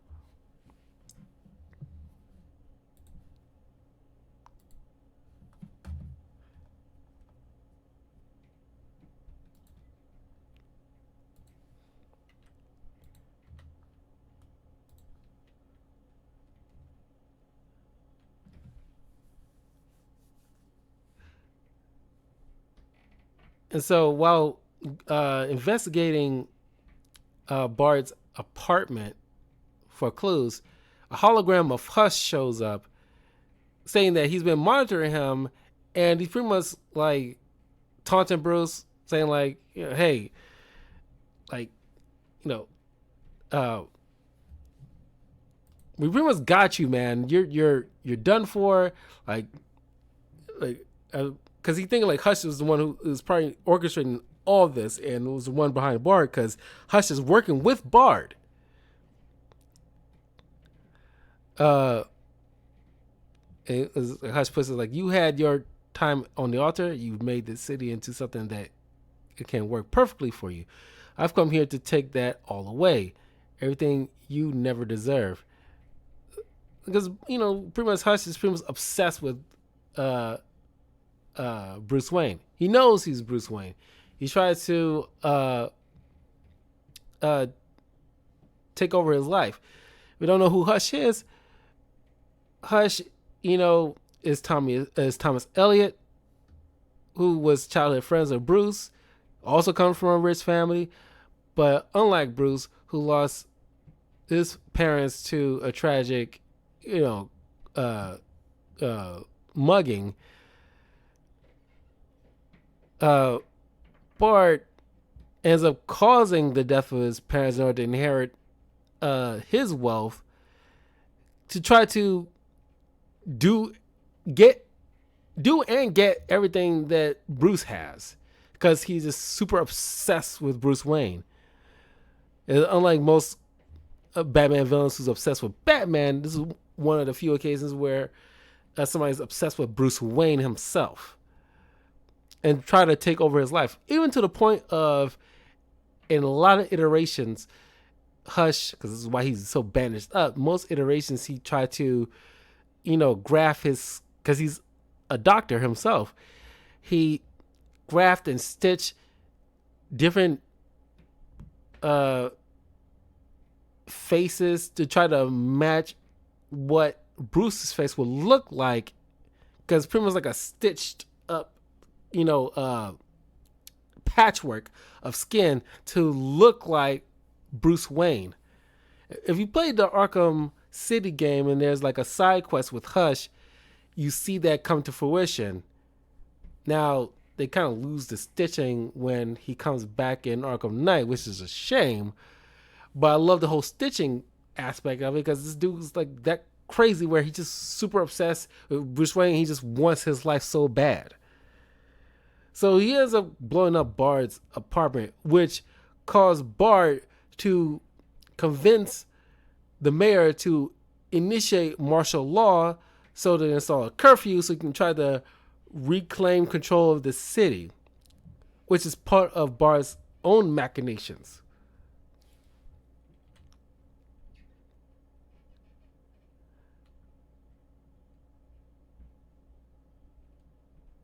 So now that the Bat family is like regrouping a bit, uh, they need to figure out a way to gain control of the city at this point.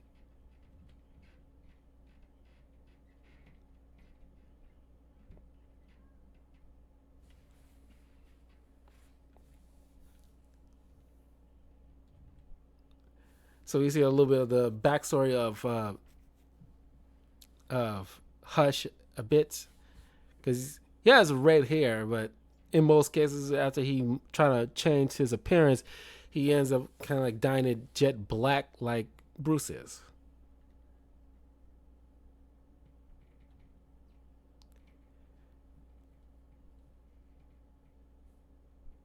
So the little girl that Croc was trying to save turns out to be the daughter of one of these like, or not, niece of one of these crime bosses, who ends up using her in order to get Selena, which use her as like a bait in order to kidnap Selena.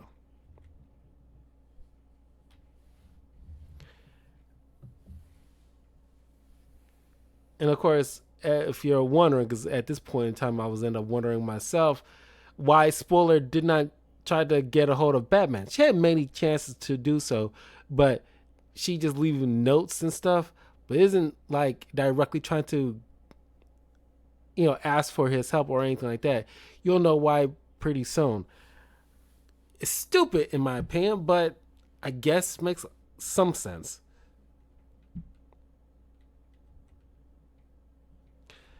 But Batgirl, gets a hold of Bard and try to question him as to why that he hasn't turned in the evidence needed to exonerate Jim, but Bard isn't going for that because he sees like the city doesn't need Jim, and he's like part of the problem in his eyes. So she ends up like threatening to like throw him off the roof, which he doesn't believe she would, figuring like, oh, you're a superhero, you're not going to allow me to die.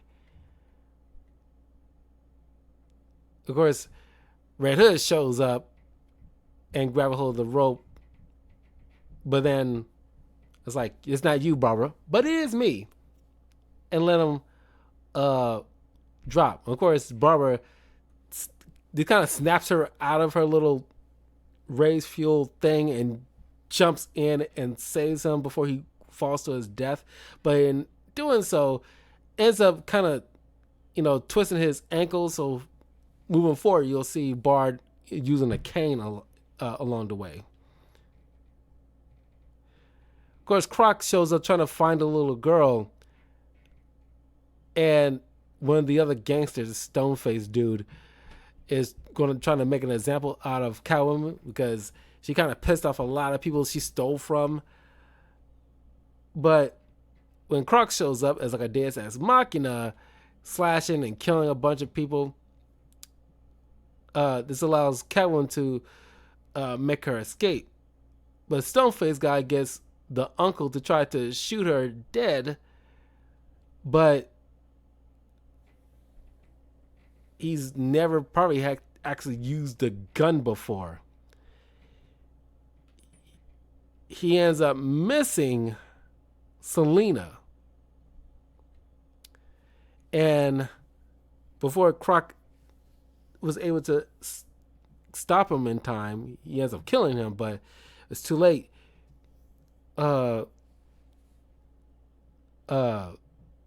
girl ends up getting the bullet that was meant for Selena, which at this point was the turning point that was mentioned earlier for Selena to realize, okay, the city is going out of control. They need a leader.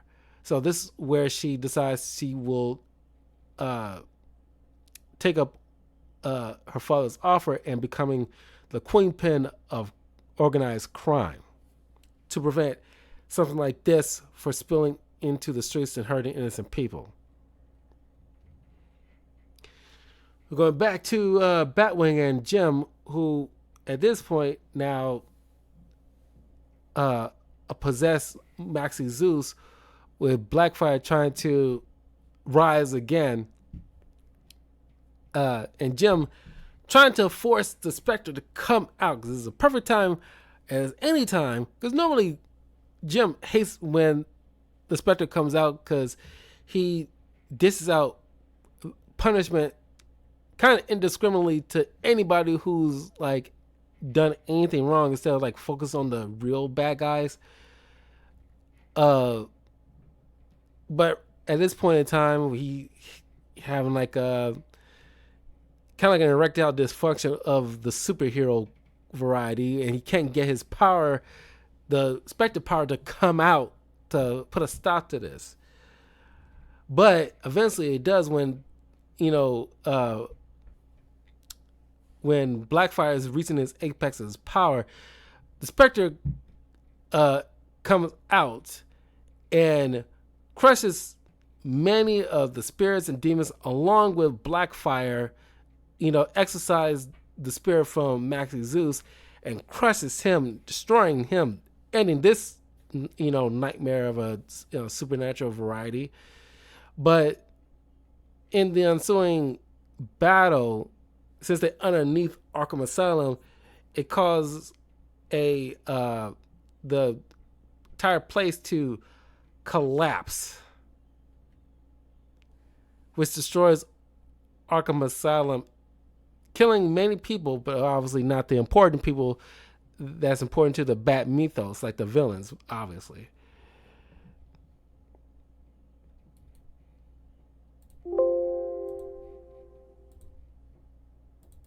And of course, like Jim and Batwing are trapped underneath.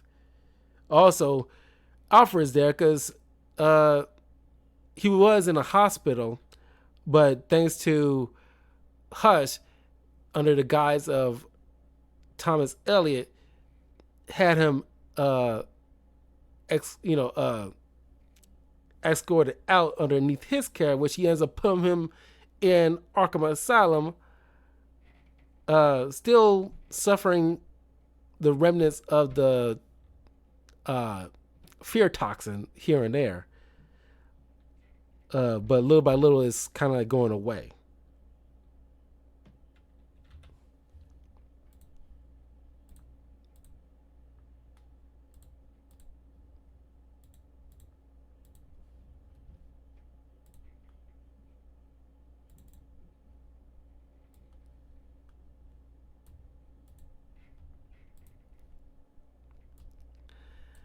Alfred is found by uh, Bane, who uh, quickly realized how useful Alfred could be, given if somehow he figures out quickly that he was like ex-military somehow.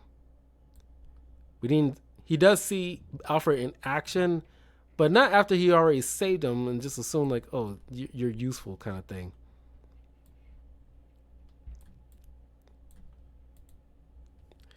So emergency responders ends up trying to pull people out of the wreckage, which includes the villains. And of course, they try to use it as the means for them to escape. Obviously, why wouldn't they? But of course, Batman shows up to neutralize most of them. But of course, it's still an APB out on Batman.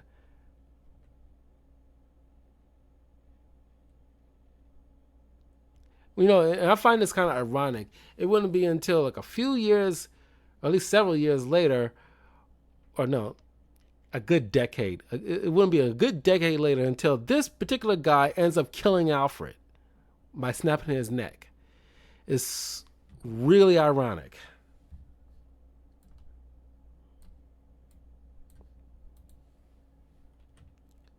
But Alfred ends up knowing exactly where he is underneath this tunnel system and convinces uh, Bane that, oh, this is like a way I feel it's like a way out. You just gotta lift this rubble, and it turns out to be like a different passageway to a different part of the Batcave, which uh, was like mess with improperly. Releases like a knockout gas, which knocks out Bane, which allows Alfred to, once he put in the code, he can gain access in order to get back to the Batcave. So now Alfred is back with the Bat family. And Hush ends up clotheslining Spoiler off her freaking bike, trying to take her down because he was a part of Clue Master's little social group earlier that ends up knocking her out.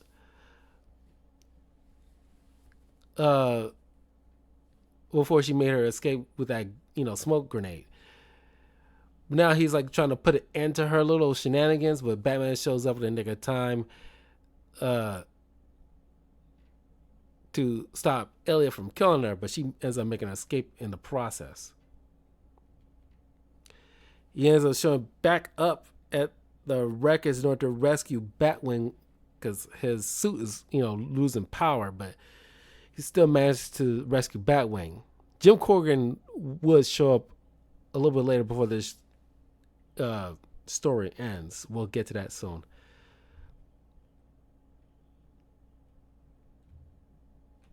So Hush managed to uh, gain access to secret caches all around, hidden in Gotham City, that Batman uses in like emergencies. If he can't go directly to the Batcave or doesn't have time, he has spare little caches where he can gain more gear. But Hush is now utilizing it as like giant booby traps in order to cause more devastation in the city. He convinces Barrett to, who at this point is like is bitten off, realize he's bitten off more than he can chew, but now he's in too deep. So he Hush tells Bard to like, okay, send your man to these particular locations, and he sets off those caches as like, because they're rigged to, normally if somebody try to access them, it destroys whatever gear that's inside with like acid or something like that, so that way it won't be used by an enemy. But Hush rigged it to be a little bit more lethal by causing a big explosions, which caused those station cops by Bard to be caught up in the blast radius, which further like causes Bard to kind of spiral. It's like, oh my god, this is getting way out of hand. Uh, and like good cops are dying now. Then, in one of the caches that Bard and Julia are trying to shut down, after realizing what Hush is up to, this dude looked like a freaking boss in like a Arkham Asylum game. Tries to take down Batman, but of course, Batman makes quick work of this dude. But honestly, if this doesn't scream boss fight to you, I don't know what is.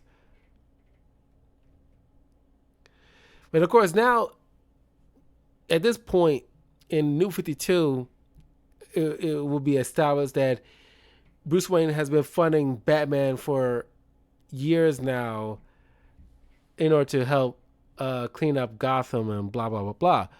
But now that these caches have been found out and posted on the media, Lucius Fox, who at this point I guess doesn't know that Batman and Bruce Wayne are the same person, all he knows is that Bruce Wayne's funding Batman. So now that these caches are causing havoc, is a public publicity, a public nightmare for the company. So this puts Lucius in a precarious situation where eventually he'll have to like cut off access to Bruce's funds, because it's like a it's a nightmare publicly for the company.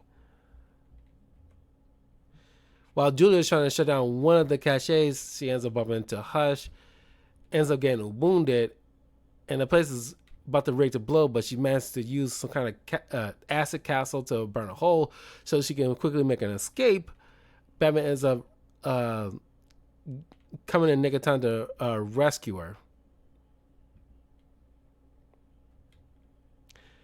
Then Hush ends up signaling Batman, because it's a trap obviously, but Batman doesn't care, to come to one of the other caches so Hush can have like a showdown between him and Bruce. And it's like a really drag out fight, but Batman ends up stopping him, but he can't take him to a normal prison, so he ends up having to put Hush into like a makeshift prison in the Batcave until I guess he figured out some other way to deal with him. But in the fight, Batman literally threw a batarang at Hush's helmet, which got him right between the eyes. Freaking expert marksman. And Hush points out like, wow, that could have killed me. But he's like reveling in it. He's just crazy at this point. But this is bittersweet moment for Bruce because searching through uh, Hush's person, he realized Hush received the same invitation that Falcone did. And not only he lost access to his funds, but also Hush isn't the uh, puppet master behind all this stuff. There's somebody else pulling the strings. And it's like, this is kind of like, you know, befuddles Batman. He's like, okay, who who could be smart enough to orchestrate all this stuff to get certain players to try to take advantage of the upheaval that's happening in Gotham. While he's trying to figure this out, Vicky Vale uh, is making her way to Detroit to try to figure out what's going on with Barnes and like looking at further into his backstory, unbeknownst to him.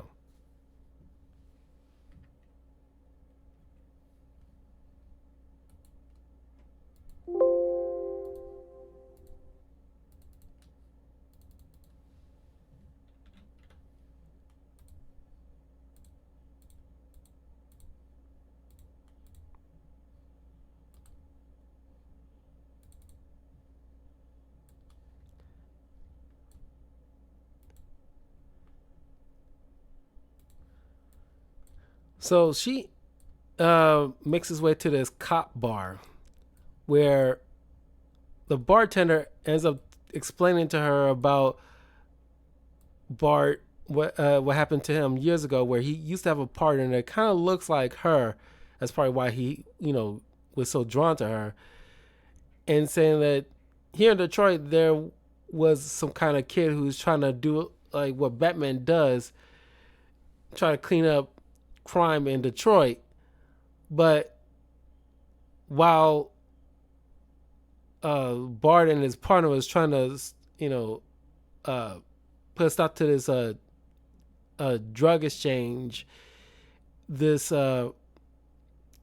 vigilante burst in at the improper time, caused the cops to get distracted, and the crooks get spooked, ends up drawing their guns, shoot, not only killing this vigilante kid, but his partner ends up getting shot in the head, which kind of, and they were close, real close too. So they were like, you know, becoming like a legitimate relationship. So this causes Bart to go off the freaking deep end, and as he was wallowing in his troubles with liquor, he gets a visitor, which turns out to be Thomas Elliot. That's how they end up meeting, and comes to him with like some kind of offer.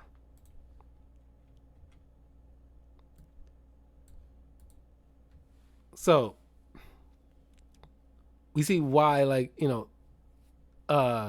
Bart, how he got involved in all this, and as to why he refuses to allow Jim Gordon to come back, because while he was wallowing, he saw that it was Batman's fault as to why these vigilantes pop up, and the people who, like Jim Gordon, who encourages it, which causes the death of innocents like his partner, and people who want to emulate him. So it's just like, they make a mockery of the justice system. So he just ends up having like a grudge against Batman and the like. Of course, he ends up getting confronted by the Bat family, and of course, this panel has a creepy Batgirl image. Honestly, like she's just eager to like just cut his throat or something. Batman pretty much tell Bart like, look, we're watching him. Like, look, we're watching you. We don't have nothing on concrete on you to have you put away for the stuff that you pulled, but trust and believe we will. But for right now, we will be watching you. But Batman with Thomas Elliot pretty much like reveling in his confusion. It's like pouring over every villain that he ever went up against. And it's like, who is it that is could pull off all this? Like, who could this be? It's like I'm running out of suspects here. But then he realized, wait a minute, there's one person unaccounted for. Where's the Riddler? And so Riddler is not even in Gotham. He got his own little hideaway, you know, uh, somewhere else, pouring over the same kind of photographs, trying to put together this giant riddle himself. Meanwhile, the other Arkham escapees, Scarecrow, Joker's daughter, Poison Ivy, Clayface, Bane, and Mr. Freeze, are hiding away on the outskirts of Gotham in this abandoned children's asylum, and trying to figure out a way how they can take advantage of the situation. And of course, Batman and Julia work together to try to capture all of them. Meanwhile, Catwoman's also monitoring the situation by having one of her cats wearing like a collar with a camera on it to try to monitor the situation on her end.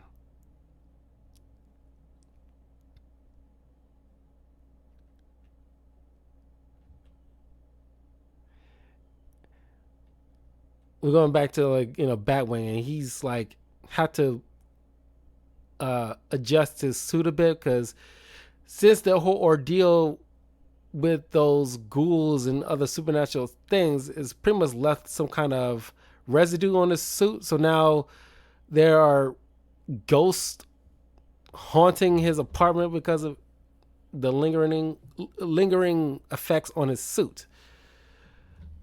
So now he has to incorporate nth metal into his suit in order to dispel the ghosts.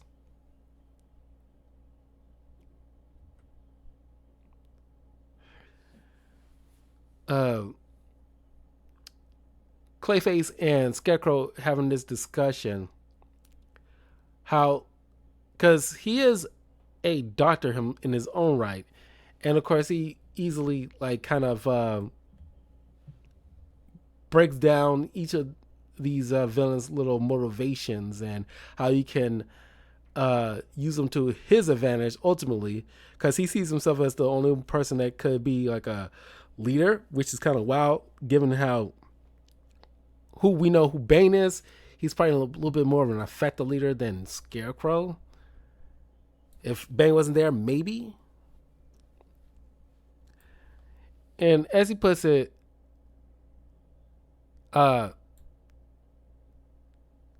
think how distracted we might be, lost in our own past. Mr. Freeze swept up in memories of making himself an orphan by pushing his own mother into a frozen lake. Or how off kilter Joker's daughter must feel surrounded by reminders of abandoned sons and daughters, just as she seeks the approval of the man whose face she wears. And you, Mr. Carlo, creeped out by the reminder that you must always change vigilances, like the orphan who stands in front of a new line of potential parents each week, hoping you will stumble upon a face someone might love, like the alluring Miss Isley, perhaps. Because in this, I guess he has like a thing for Poison Ivy. Speaking of abandonment issues, consider Ivy's need to manipulate men, that scheming pine-scented witch. It is, of course, why I have allowed her to follow Bane around, Two perfectly bloated egos such as theirs, they spend all their time believing they're manipulating each other, leaving them quite open to my own suggestions. He calls himself like a good salesman.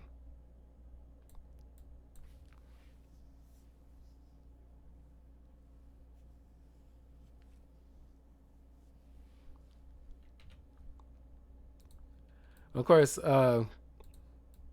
this was Ivy has been like slowly uh, manipulating Bane with her pheromones.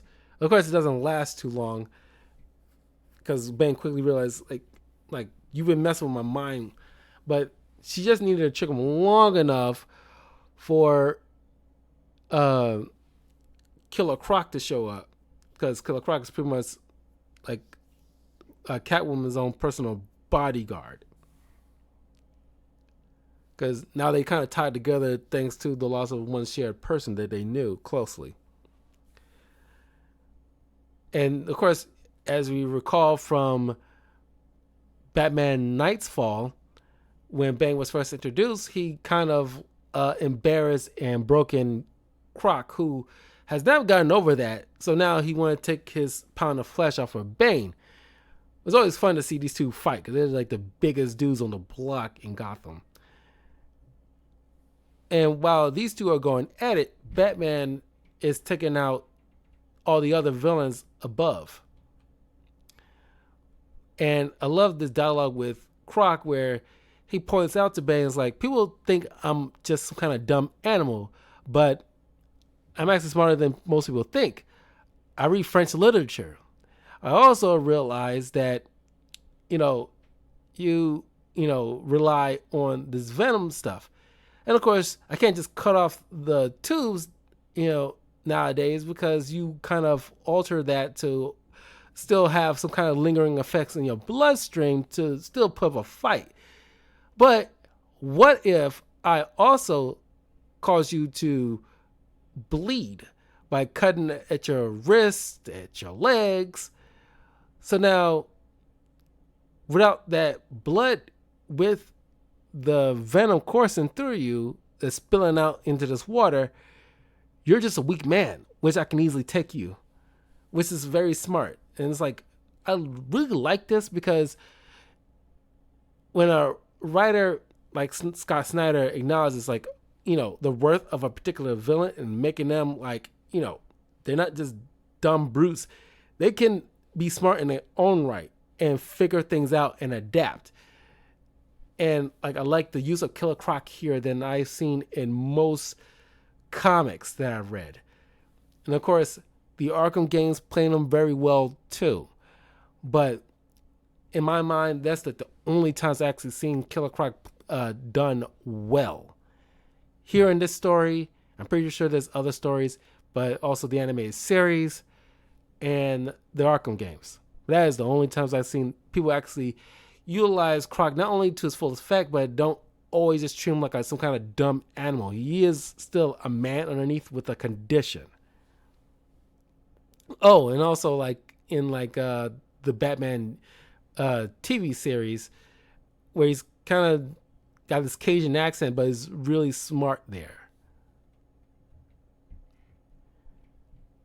And of course, Ivy was working for Catwoman this whole time, while she's organizing her own little conglomerate. She paid Ivy to distract these guys, so while Batman is doing his thing, she ends up paying her, and she gives her Catwoman a kiss on her cheek, and she immediately knows Ivy give me something to wipe this off, and please don't touch it with your hands. And I was like I know Ivy. She's gonna I'm not gonna let nothing linger that she leaves on my person. Yeah, nice try.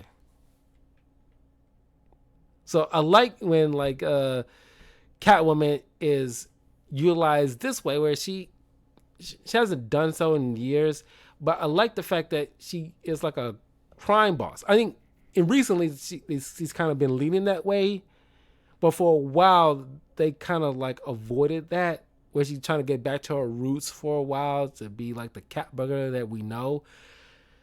But fairly recently, she's been like working as like some type of crime boss, uh, trying to have like certain henchmen that you know try to get like things in order in the criminal underground.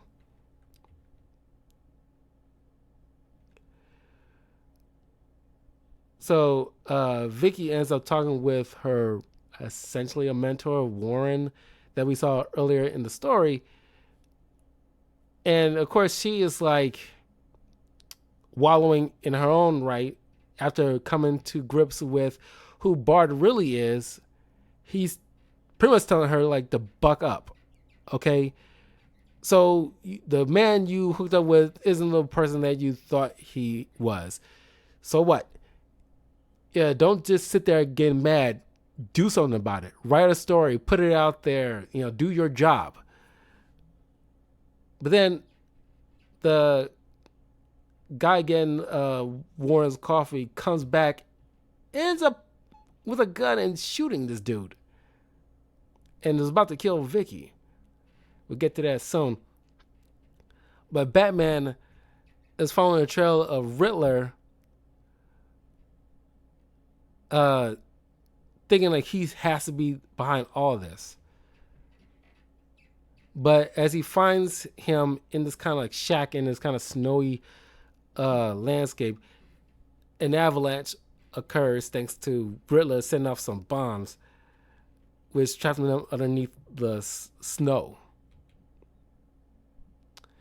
So yeah, Warren ends up dying by a gunshot with this dude who is like we never figured out like who this guy worked for. He's just got to be one of these villains that's trying to take over. Maybe, I'm not sure. It's never fully explained. Which I kind of wish it was, but Vicky managed to get the drop on him, spraying with some pepper spray and knocking him out, and calling the ambulance and the police to deal with this. And of course, she ends up losing her mentor, but she kind of got like his position essentially. And we actually never see like that kid reporter that she was palling around with this whole entire time moving forward, which is fine. He never really add nothing to the story. It's kind of like a waste of space.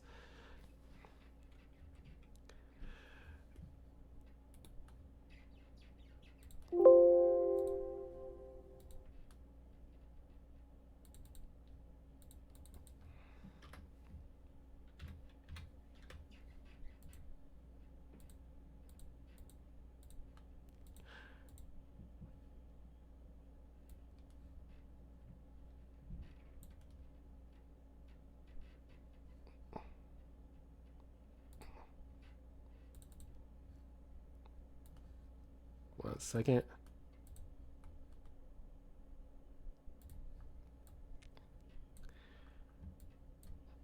So while the villains that Julia and Batman managed to round up at that abandoned orphanage, some mysterious folk on a radio ends up sending Cluemaster and a couple of these low rent goons to liberate Clayface and the others, and also provide them with Batman's tools. Selina is also there in order to just go ham on Gotham. Just utilize this to do whatever you want. But Selina telling them like, you guys can follow some kind of mysterious voice in a box all you want, which isn't going to lead you anywhere good when Batman eventually catches up with you. Or you can work with me and we can put some order into the city. Of course, they ain't trying to listen. I think Firefly shoots a rocket at her limousine, causing it to explode, thinking that she's dead. But of course, she slips away. Uh, but you'll think like at least Bane and Mister Freeze realize they are being puppeted in some way. But I don't know, like I because they be like the at least two out of the group will realize, besides Selena, that okay, I don't like the fact that I'm being used and puppeted and told what to do, but I guess whatever. You would think those two would be smarter enough than that. But as Batman pulling uh, Riddler out of the ice and getting ready to head back to Gotham, he Riddler is desperate to like not go back, and Batman's like, you know something. Why are you so afraid to go back? What's there? What do you know? And of course, Riddler's not going to tell him anything. Uh, but then back in Gotham, this low rent villain I never heard of is hired by Spoiler's mom to find her and bring her back home.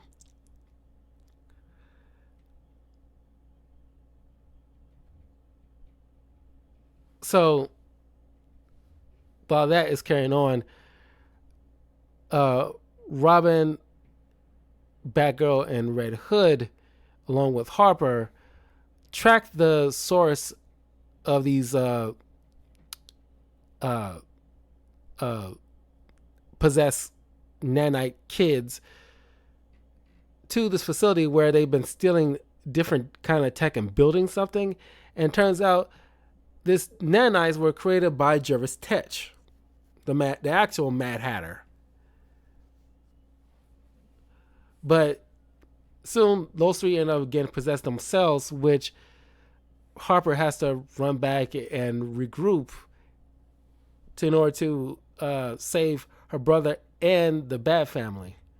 So now she dons her proper Bluebird costume, which is kind of like, I guess, like a makeshift Nightwing outfit.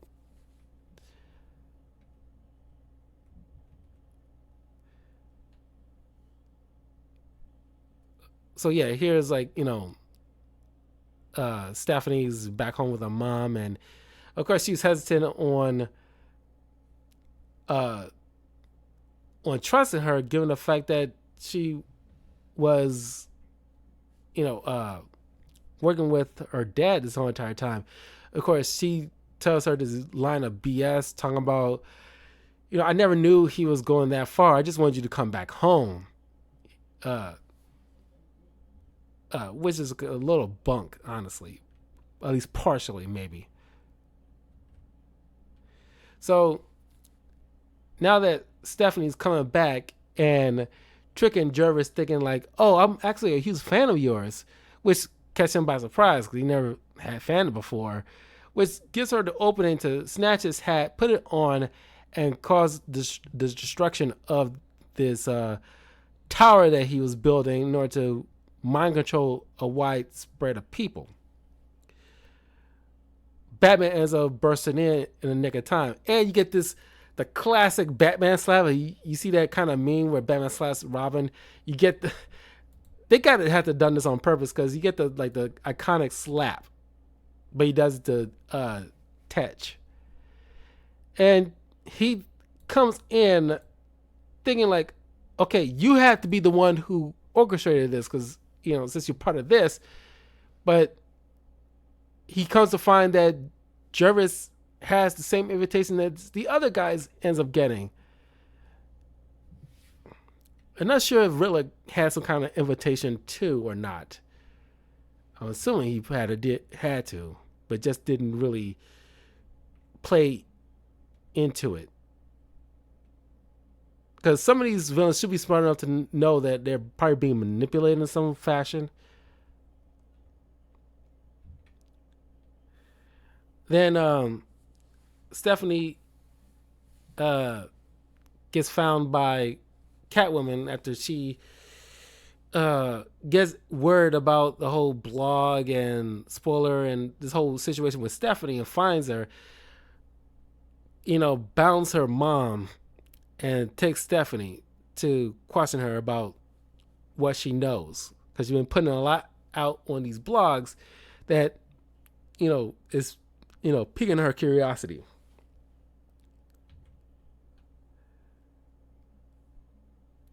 And somehow, for some reason, Catwoman dresses her up in her costume. She wasn't wearing her costume when she, knocked her out. But here in her little underground casino called the Egyptian, she is in her spoiler costume. Did you dress her? I guess it was kind of like a slight oversight. It was not a huge deal, but it's just like I just now thought about it. It's like she was in her PJs or the sleeping garments. So you had to dress her for this particular panel. It's kind of weird. Somebody wasn't communicating from one issue to the next. But Selena is pretty much trying to ask her what she knows, and does she realize how much of a bounty is on her head? It was getting towards the 200 million at this point, because something so vital that somebody really will want you dead this much to pay that amount. And why haven't you gone to certain authorities? Like, sure, like you don't trust the local cops like the GCPD, but there's Argus, there's the FBI, CIA, and she pointed out these organizations and where they're at that she can like get in contact with. That she knows spoilers pretty sure know about.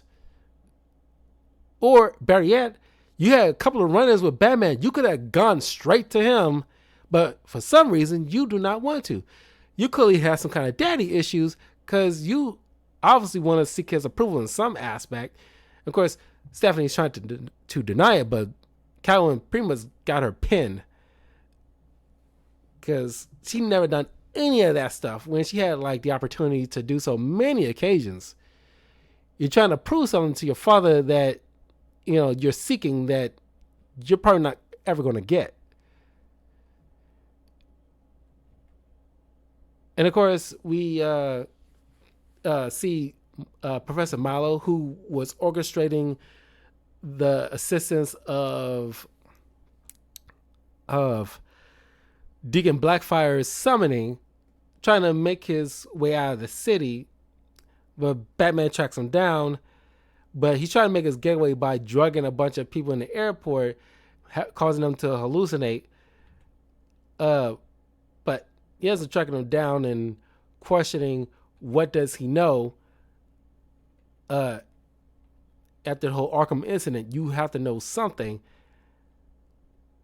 But then some, I don't know where kind of situation, some character with some kind of ability to drudge up hallucinations or some kind of memory, something that Milo did to this guy that, in the underneath the Arkham, causing him to have some kind of mysterious ability to summon what you dread to see or something like that. Batman sees his dead parents, and Milo sees all the people that he hurt. Like I said, he's like a discount scarecrow, honestly. And he done something to this guy that caused him to have this kind of power. He's calling himself like Mr. Bygone. I'm not sure what this guy is. Never seen him before. But Batman knocks him out to dispel the illusion. But in the ensuing ordeal, causes Milo to have suffering like a heart attack, which Batman has to use like a mini defibrillator in order to, get him back on his feet. Which he managed to revive him. And then on his way back to Gotham City, uh, he gets a hold of Jim Corrigan again, who made his way out from underneath Arkham Asylum with an unconscious Maxie Zeus in tow, dragging him from underneath the rubble into the sewer system out into the Gotham River.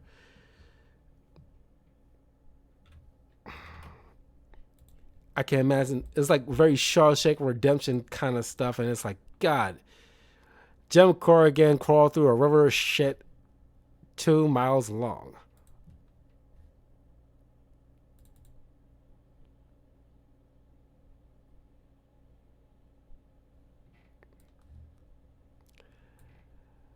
So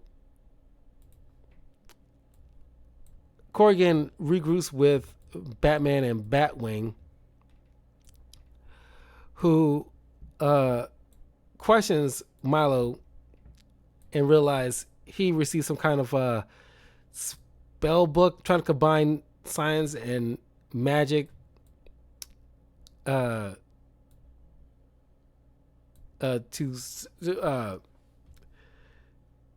do what he did. But Corrigan says he doesn't realize what he was doing, and he mentions something about like some kind of bird figure, which which I'm guessing who comes at the end. I know who he probably was speaking to, but I'm leaving that as a little a surprise. But Corrigan says he doesn't realize what he was getting himself into, so that causes this big, massive bridge between the ethereal world and the earthly plane.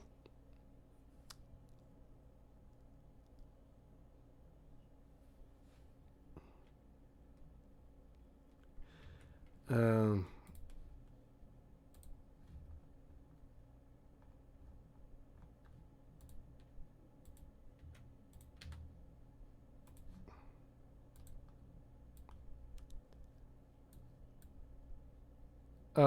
okay, like the book he's talking about is more like an anagram of instructions downloaded through dreams in a kind of language of symbols. I've seen stuff like this before. You're reliving a childhood memory, and then bam, a weird bird is telling me to make a wish. It was a trap tailor made to open the path for a black fire and a rip a hole into hell. All the depraved stuff he made the inmates do, all the pain, it was fuel for someone's plan. But Milo was just a sucker. The further he went, the harder it was to stop. It broke him.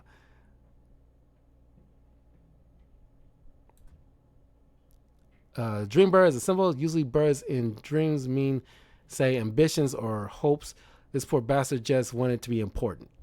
So he was just another piece on the board. Not really not the puppet master yet again.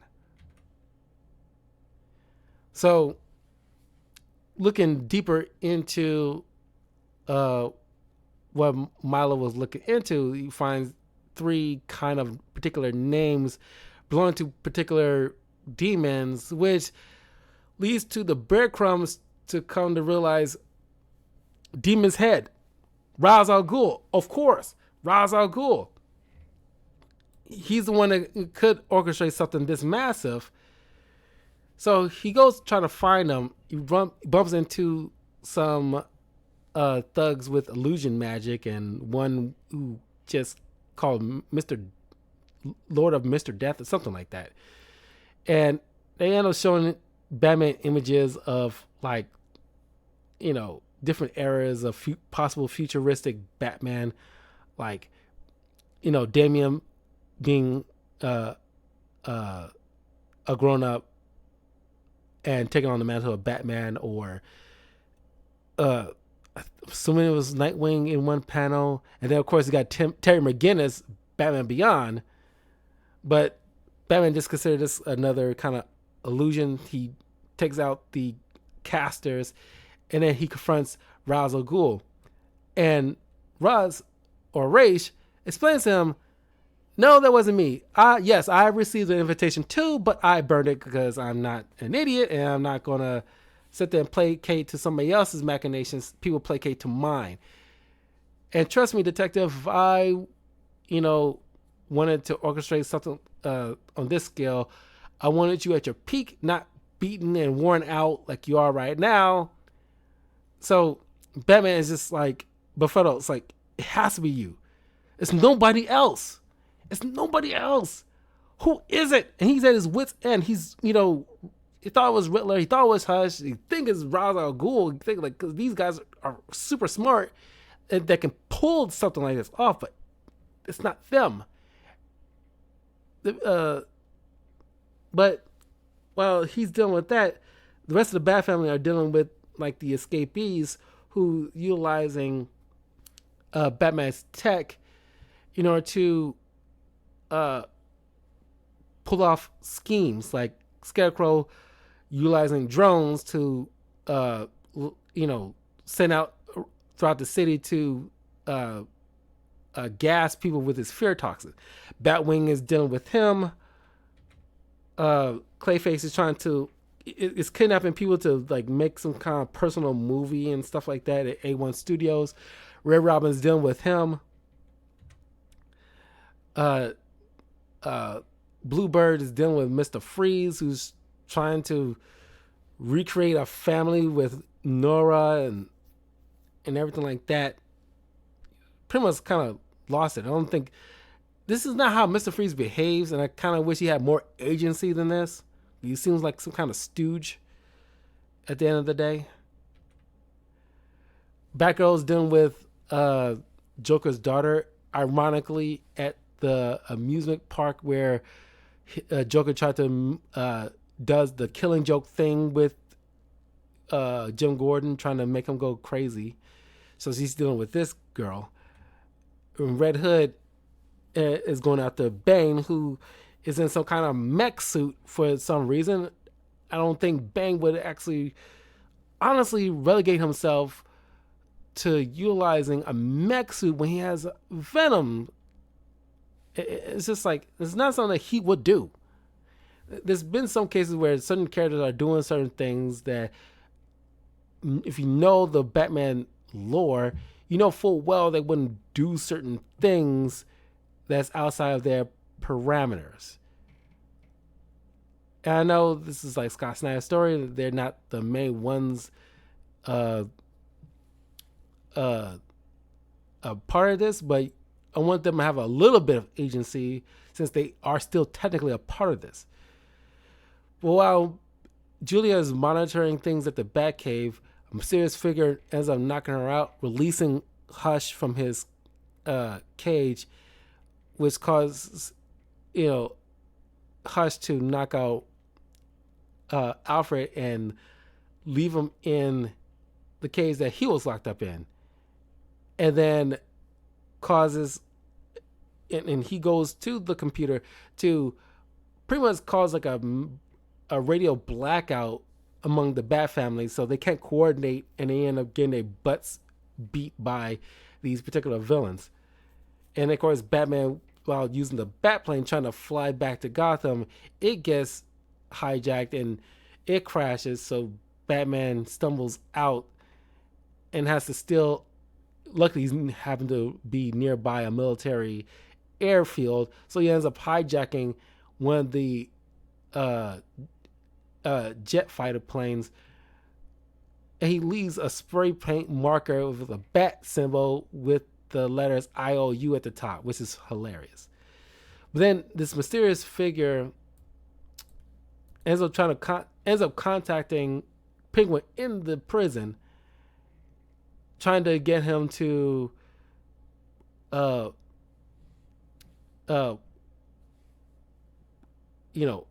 what he wants, and ends up causing another riot in Blackgate once again. You'll think they have like something in place for that, when not too long ago a a riot happened not too long ago before. You'll have some kind of thing in place to try to stop that. You would think. And he promised this figure promised Penguin like, hey, like you can ends up having like control over this prison and all this other stuff. This helps Penguin make his escape thanks to Killer Croc, and of course Penguin ends up working with Catwoman because he isn't the one to be puppeted. Like yes, Penguin's another person that will be smart enough to know like I'm not going to be played. Yeah, yeah, right. I'm not going to play some mysterious person's games. At least I know Catwoman, and I'll work with her. And all while this carried on, when the riot is about to pop off, Bear is trying to speak with the mayor, who's trying to make a run for it, trying to escape the city. When the city needs its mayor more than ever. But Bear is like, okay, you can run and hide like a little bitch if you want to, but before you do, you sign these release papers for Jim Gordon. Because now that Bear is pretty much at this point had like a change of heart, because he ends up having like days prior after the run-in with the Bat family, and then like the city's like literally at his wits end at this point. He goes to meet with Jim Gordon and confesses everything to him. And Gordon is telling him like, well, you're the commissioner now. So you're going to have to do your job and make right all the wrongs that you did. And I'm thinking to myself, okay, Jim while he was like running like a background on this dude, and you think he was like the straight arrow type of dude, he did not know about the whole ordeal with his partner and all that other stuff. Maybe Thomas Elliott did some kind of cleanup with the records in the Detroit Police Department, but you'll be hard pressed to not try to figure it out. Vicky Vale managed to figure this out. Yeah, she asked people at the local cop bar, but you don't think like Jim Gordon couldn't ask around outside the precinct to see like what this guy's like, when he's not around other fellow cops or something. I don't know. There's part of that feels like something that Jim Gordon would have at least bothered to go the extra mile just to make perfectly sure there's no hidden agenda or anything like that. This guy, through and through the people in the public area and all the way up to the commissioner of the local department would know this guy through and through. It's like, yeah, has not been any major issues. He's pretty much have been by the book, and the people on the street really likes this guy. Things of that sort, and he wouldn't have figured out something happened about his past partners or anything like that. It's all been swept up. Impossible. Anyway, now he's finally getting Jim out of the prison. All the while, the Bat family is running into issues with each of these villains now that they can't coordinate properly thanks to Hush. Meanwhile, spoiler goes to Vicky Vale, trying to get her to publish information about Clue Master, but Vicky is explaining to her like, yeah, that's all well and good, but there's so much stuff bigger than a discount Riddler. And she literally has like a flash drive full of information, which she drops off, or at least leaves, as Clue Master comes swinging by, bursting in and captures Spoiler and yanking her out of the building.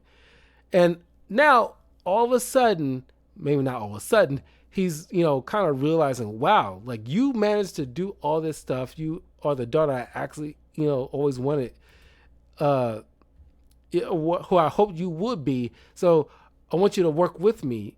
And of course, she is like, F that, ends up like, taking over the steering wheel of the helicopter, causing nearly the crash, just giving her the opportunity to jump out of the helicopter onto a roof and escape. Now, Penguin trying to, get some goons that he, have as his beck and call to try to rough up Jim Gordon at the behest of this mysterious voice. But Jim, who is no slouch in a fight, not as skilled as obviously any of the Bat family, but still he can hold his own.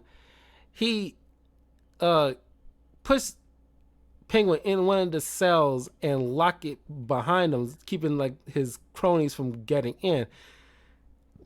It starts wailing on the Penguin, and it's like, and he was like, "Yeah, I'm pretty sure they can easily get a key to come let themselves in, but how long would you think that will take?"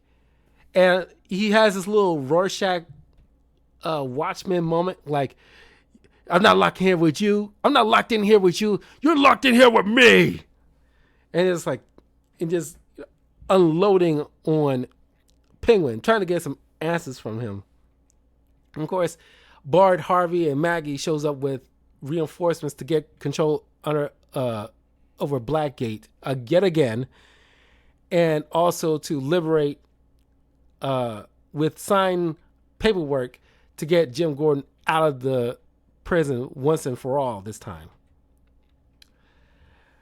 And of course, Hush end up like kind of catapulting Julia out of the Batcave via one of these kind of tubes, like escape tubes or something like that. As he comes out of the river where the tube was sent her, she comes out and sees that the city burning thanks to Firefly. And realize, Hush got control of the Bat computer. But then we circle back to the Robin's nest, realizing, Red Robin had like a separate little cave on his own, completely distant from any connection with the Bat computer. So that way, Hush doesn't have complete control over Bruce's technology. So Julia reinstates like control and connection with like the Bat family, and diverts one of the Bat boats from colliding in one of the ships on the Gotham Harbor, from causing further devastation thanks to Hush. Is like, Stephanie making her escape.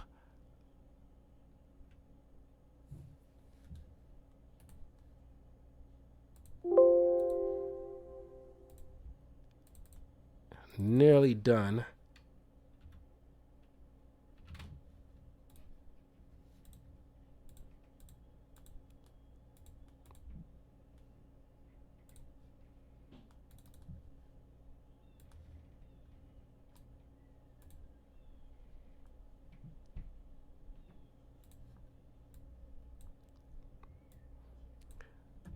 But while Hush is distracted, Pennyworth took the opportunity to initiate a code to release himself from the cage, and breaks Hush's leg and knocks him out.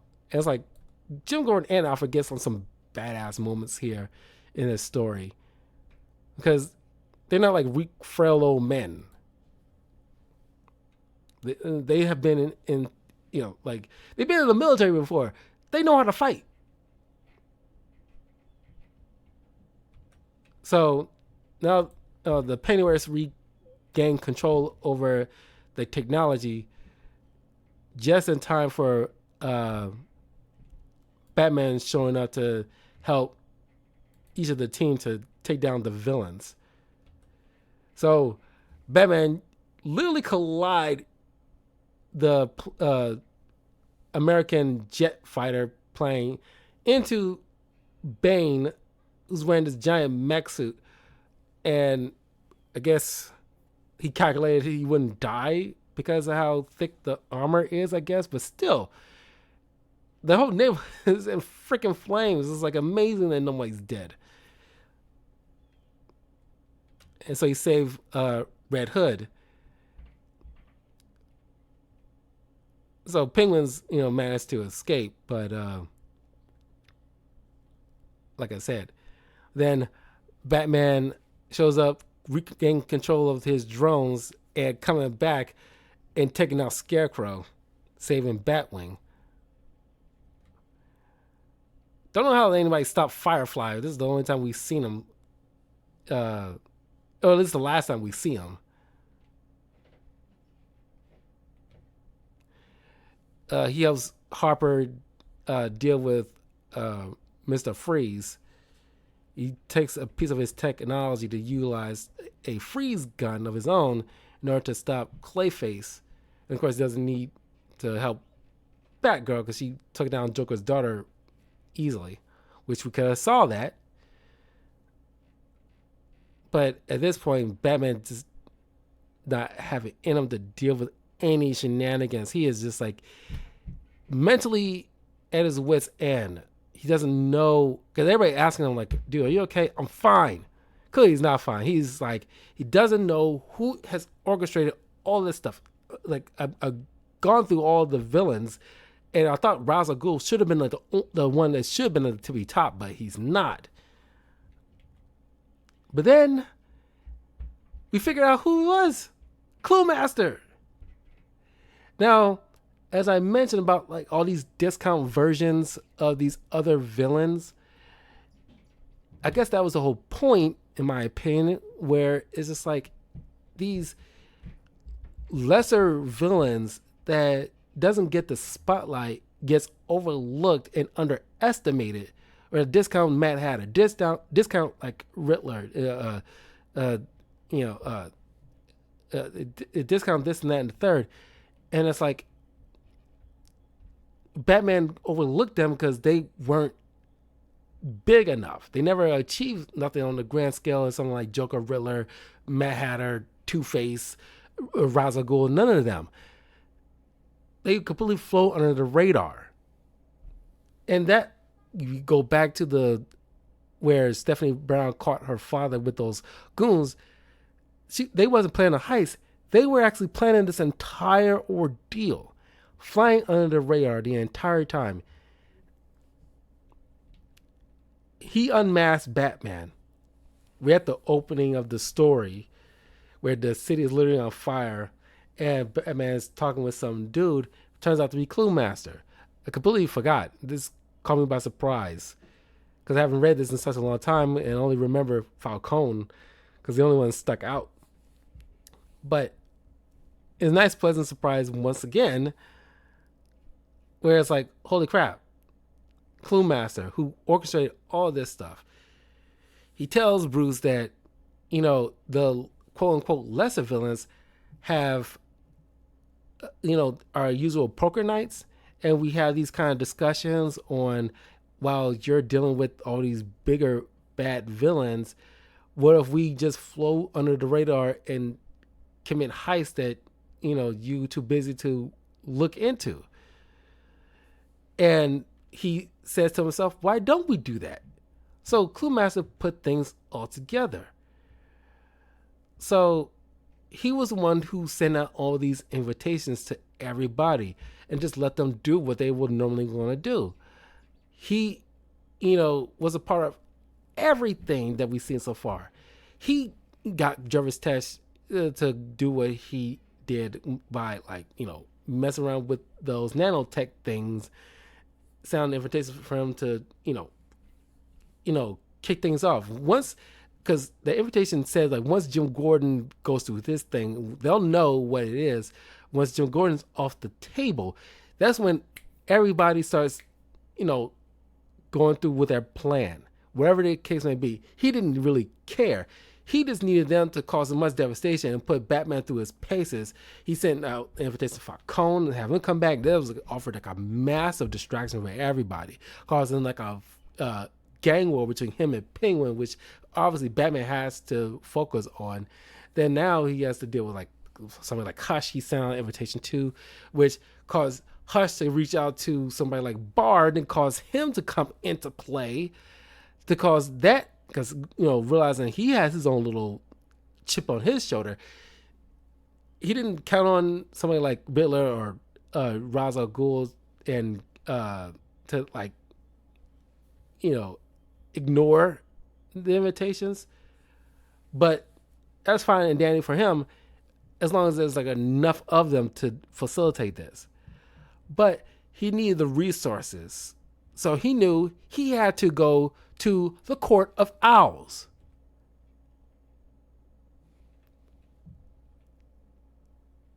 Uh, he drugged uh, uh, Jim Gordon his coffee. That's why he end up seeing what he saw, you know, in the uh, in the train station, thanks to the whole Jervis Tech kind of tech thing.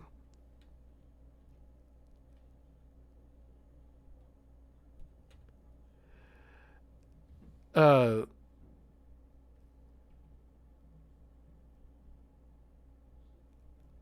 so he ends up going to the court owls, finding out they're dead because spoiler alert to the Court of Owls. Like I said, there's other stuff in the New 52 regarding Batman stories that I want to cover on the channel, but it has to be like a future thing. But uh, he needed the money, he needed the resources. So many months ago, he ends up going to them, finding out they're dead, killed by,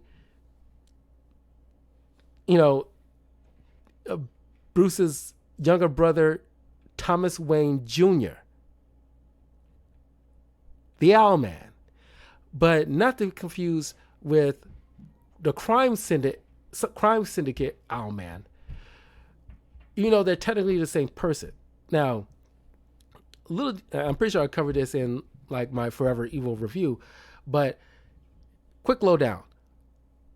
In an alternate Earth called Earth 3, where good and evil are reversed. So, bad always wins, good always loses in that world. And the Justice League in that universe is called the Crime Syndicate, who's pretty much like, you know, uh, conquerors essentially. And the Batman in that crowd is called Owlman, who was called Thomas Wayne Jr. And in that world, uh, his brother, and they kind of flip flop in certain stories where Bruce is like the younger brother or the older brother, but either way, his brother Bruce and his parents died in an alley, uh, thanks to the criminal, which Thomas Jr. ends up killing, and he ends up growing up to become like Owlman to try to control crime through like by any means. Here is not all that different, except that Bruce is actually alive and actually became Batman and all the stuff that we know, but he's like was behind the scenes. Of course, here Bruce doesn't buy the fact that he could be his brother, but I think he technically is. But he's just crazy, and there was some kind of accident that uh, Thomas and Martha didn't want to go out, and people thinking poorly of their image or something or that, so they kind of covered it up.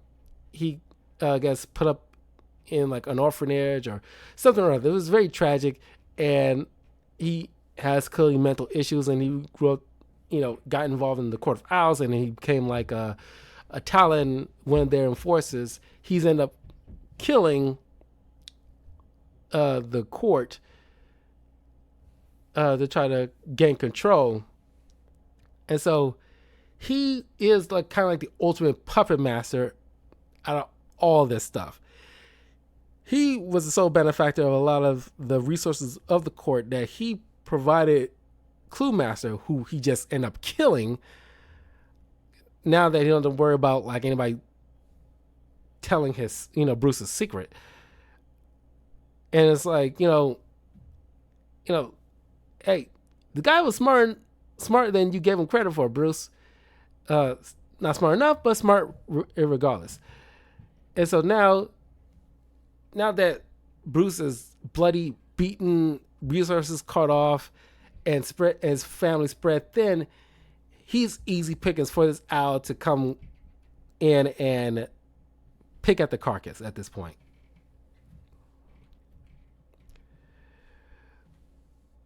So we see like a flashback where Clue Master goes to uh, uh, Thomas Wayne Jr., who calls himself Lincoln March.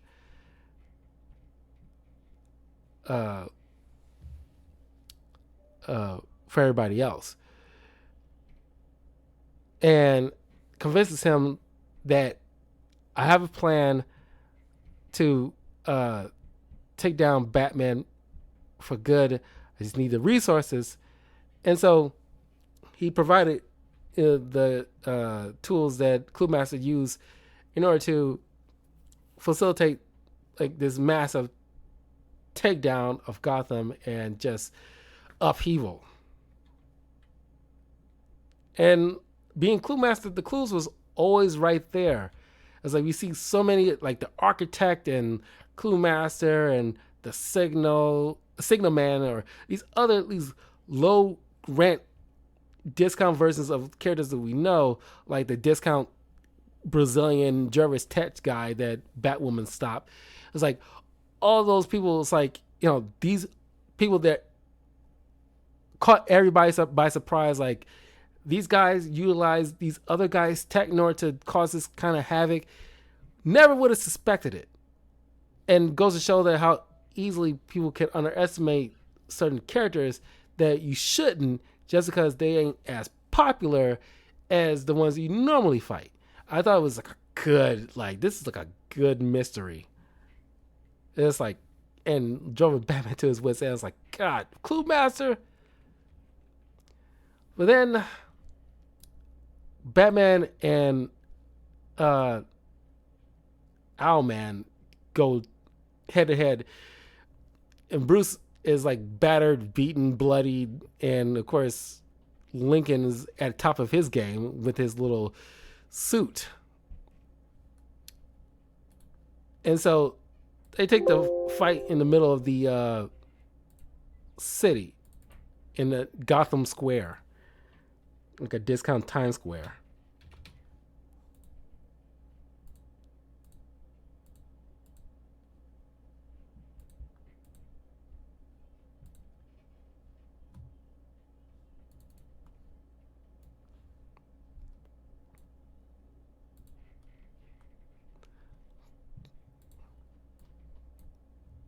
Okay, last group of slides.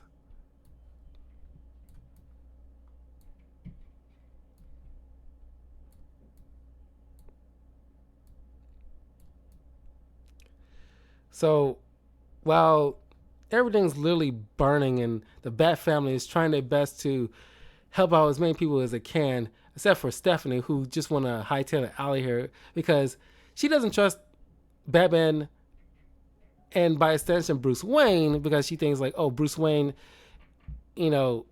funded Batman and he is the cause of, because as Catwoman pointed out, how she figures out that it's kind of weird that you haven't gone to Batman for help, because she kind of blames Batman and Bruce Wayne by extension of the fault of what drove her father to crime. She views it as his fault because without Batman, he would have no reason to be Clue Master, which is, very off base there. Because she saw like an old video of his, because he was like some kind of game show host, and he clearly had some kind of like anger issues. So clearly this dude was off his rocker long before Batman was ever like a thing.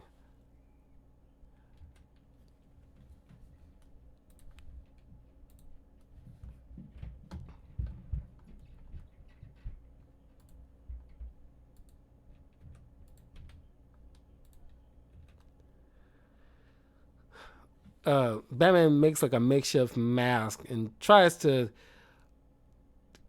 take on Lincoln, mano a mano, with no gadgets or anything to actually put up like a decent fight. He's trying, but he haven't got any sleep in a while. He's doesn't have access to any tools, it, and his friends are like dealing with literal fires in the city. So and meanwhile, Lincoln is taunting Bruce the fact that like not only am I going to kill you, but I'm going to tear down your mantle, the very idea of Batman. You will be a memory, a footnote that people will end up forgetting. I'm tearing down your whole entire empire. You will not be remembered. You're done. But Bruce kind of gives him a smile as Jim Gordon and Harvey got control of like the I guess the mechanisms like electricity or whatever. Like I don't know what the technical label would be called, but just got control of the lights in the city and sent out the bat signal everywhere, signifying to the city that. And then while on the bullhorn, Jim is announcing to the city that Batman has been a hero to the city. He helped us out so many times. Now he needs us. We need to be Batman too, and go out there and help your fellow man be Batman. And this is kind of astonishes like Lincoln's like, what is going on here? It's like this cannot be. Thinking like these people like will just abandon each other or just it's kind of like the Dark Knight situation. Like you think the city will eat each other, but there's still hope in the city, and Batman inspired hope in the city for years, and it's kind of come to fruition. Stephanie sees this and nearly gets hit by a car, but a civilian ends up saving her life, which kind of astonishes her, seeing that the city, what Batman inspired in the city. And then more help comes. Well, everybody thinking like, oh God, we're too spread thin. We can't be everywhere. But then this vigilante talent shows up. Black Canary shows up. Batwoman shows up. Katana shows up, all assisting, helping people, getting everything under control. Even like Catwoman and Killer Croc shows up to help out. It's like Batman has allies that haven't given up on him, and which astonishes Lincoln. Like this is like impossible. And then Stephanie Brown shows up after throwing like a paint can at Lincoln, distracting him, and she punches him and was like, I'm Batman. And then the entire Bat family shows up along with Jim Gordon, Katana, Black Canary, and Talon. Also known as like, yeah, you're fucked. Like, we got your number, dude. Of course, Lincoln's like, okay, F this. Throws a grenade and escapes through the sewer system. So they managed to put an end to Owlman's machinations. A week later, Bard put his resignation and comes to give Vicky Vale an exclusive to answer all her questions, knowing full well that he will never work as a police officer ever again, but he's perfectly fine with that after realizing, his misdeeds and mistakes. Batman comes to Catwoman realizing like, the people that you save somehow end up having certain things of their belongings stolen. You wouldn't know anything about that, would you? Like, oh no, me? No, absolutely not. clearly she's lying. And of course, Batman's like, never, I'll never turn a blind eye for you again. And it's like, of course, that's gonna be a lie because they're pretty much made for each other.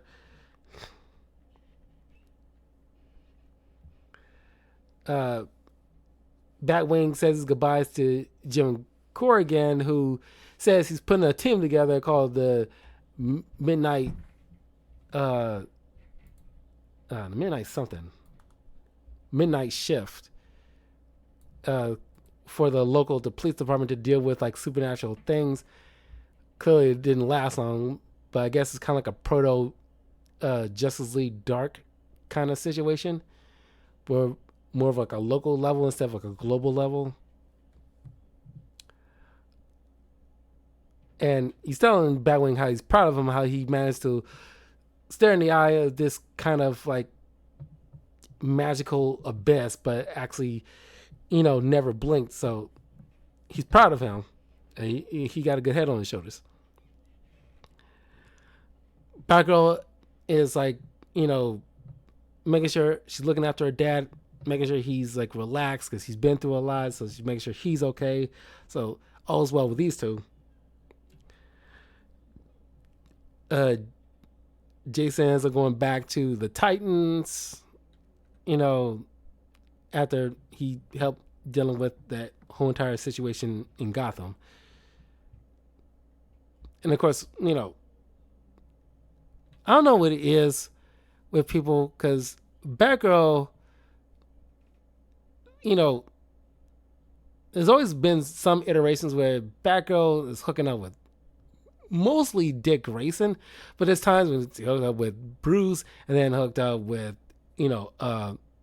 Jason Todd. But it's like, God,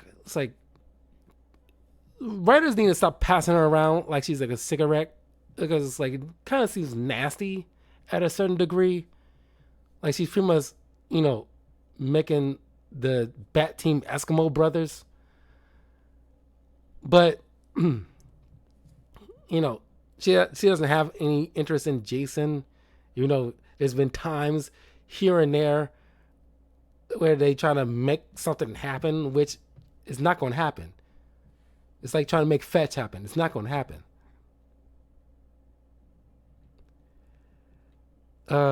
Stephanie is shacking up with Harper and Cullen in their apartment. And clearly there's like a moment where Stephanie and Tim is having like a little moment here. Clearly they have like a thing for each other. Until eventually they try to, made Tim bisexual out of the freaking blue for no apparent reason but brownie points for a particular community, but it's whatever. They don't really do anything with it. Just like I said, for brownie points. And then Lincoln gets captured by other members of the Court of Owls who somehow it's like, where have you guys been? Thought all y'all are dead, but I guess not everybody. They managed to round up Lincoln, put him in a coffin to be utilized maybe in a decade or more later, but punishing him for what he did. And that pretty much stops Lincoln March for a long while. And that's pretty much the end of Batman Eternal. It's like a massive, cool conspiracy, a very cool story with a lot of twists and turns. And I enjoyed this. It was a long run, but I wanted to get through it all.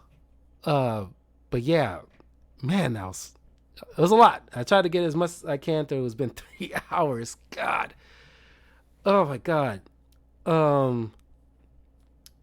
Was planning on doing a reaction video for Marvel Ultimate Alliance 2. I probably have to say that for another day because this one took a lot.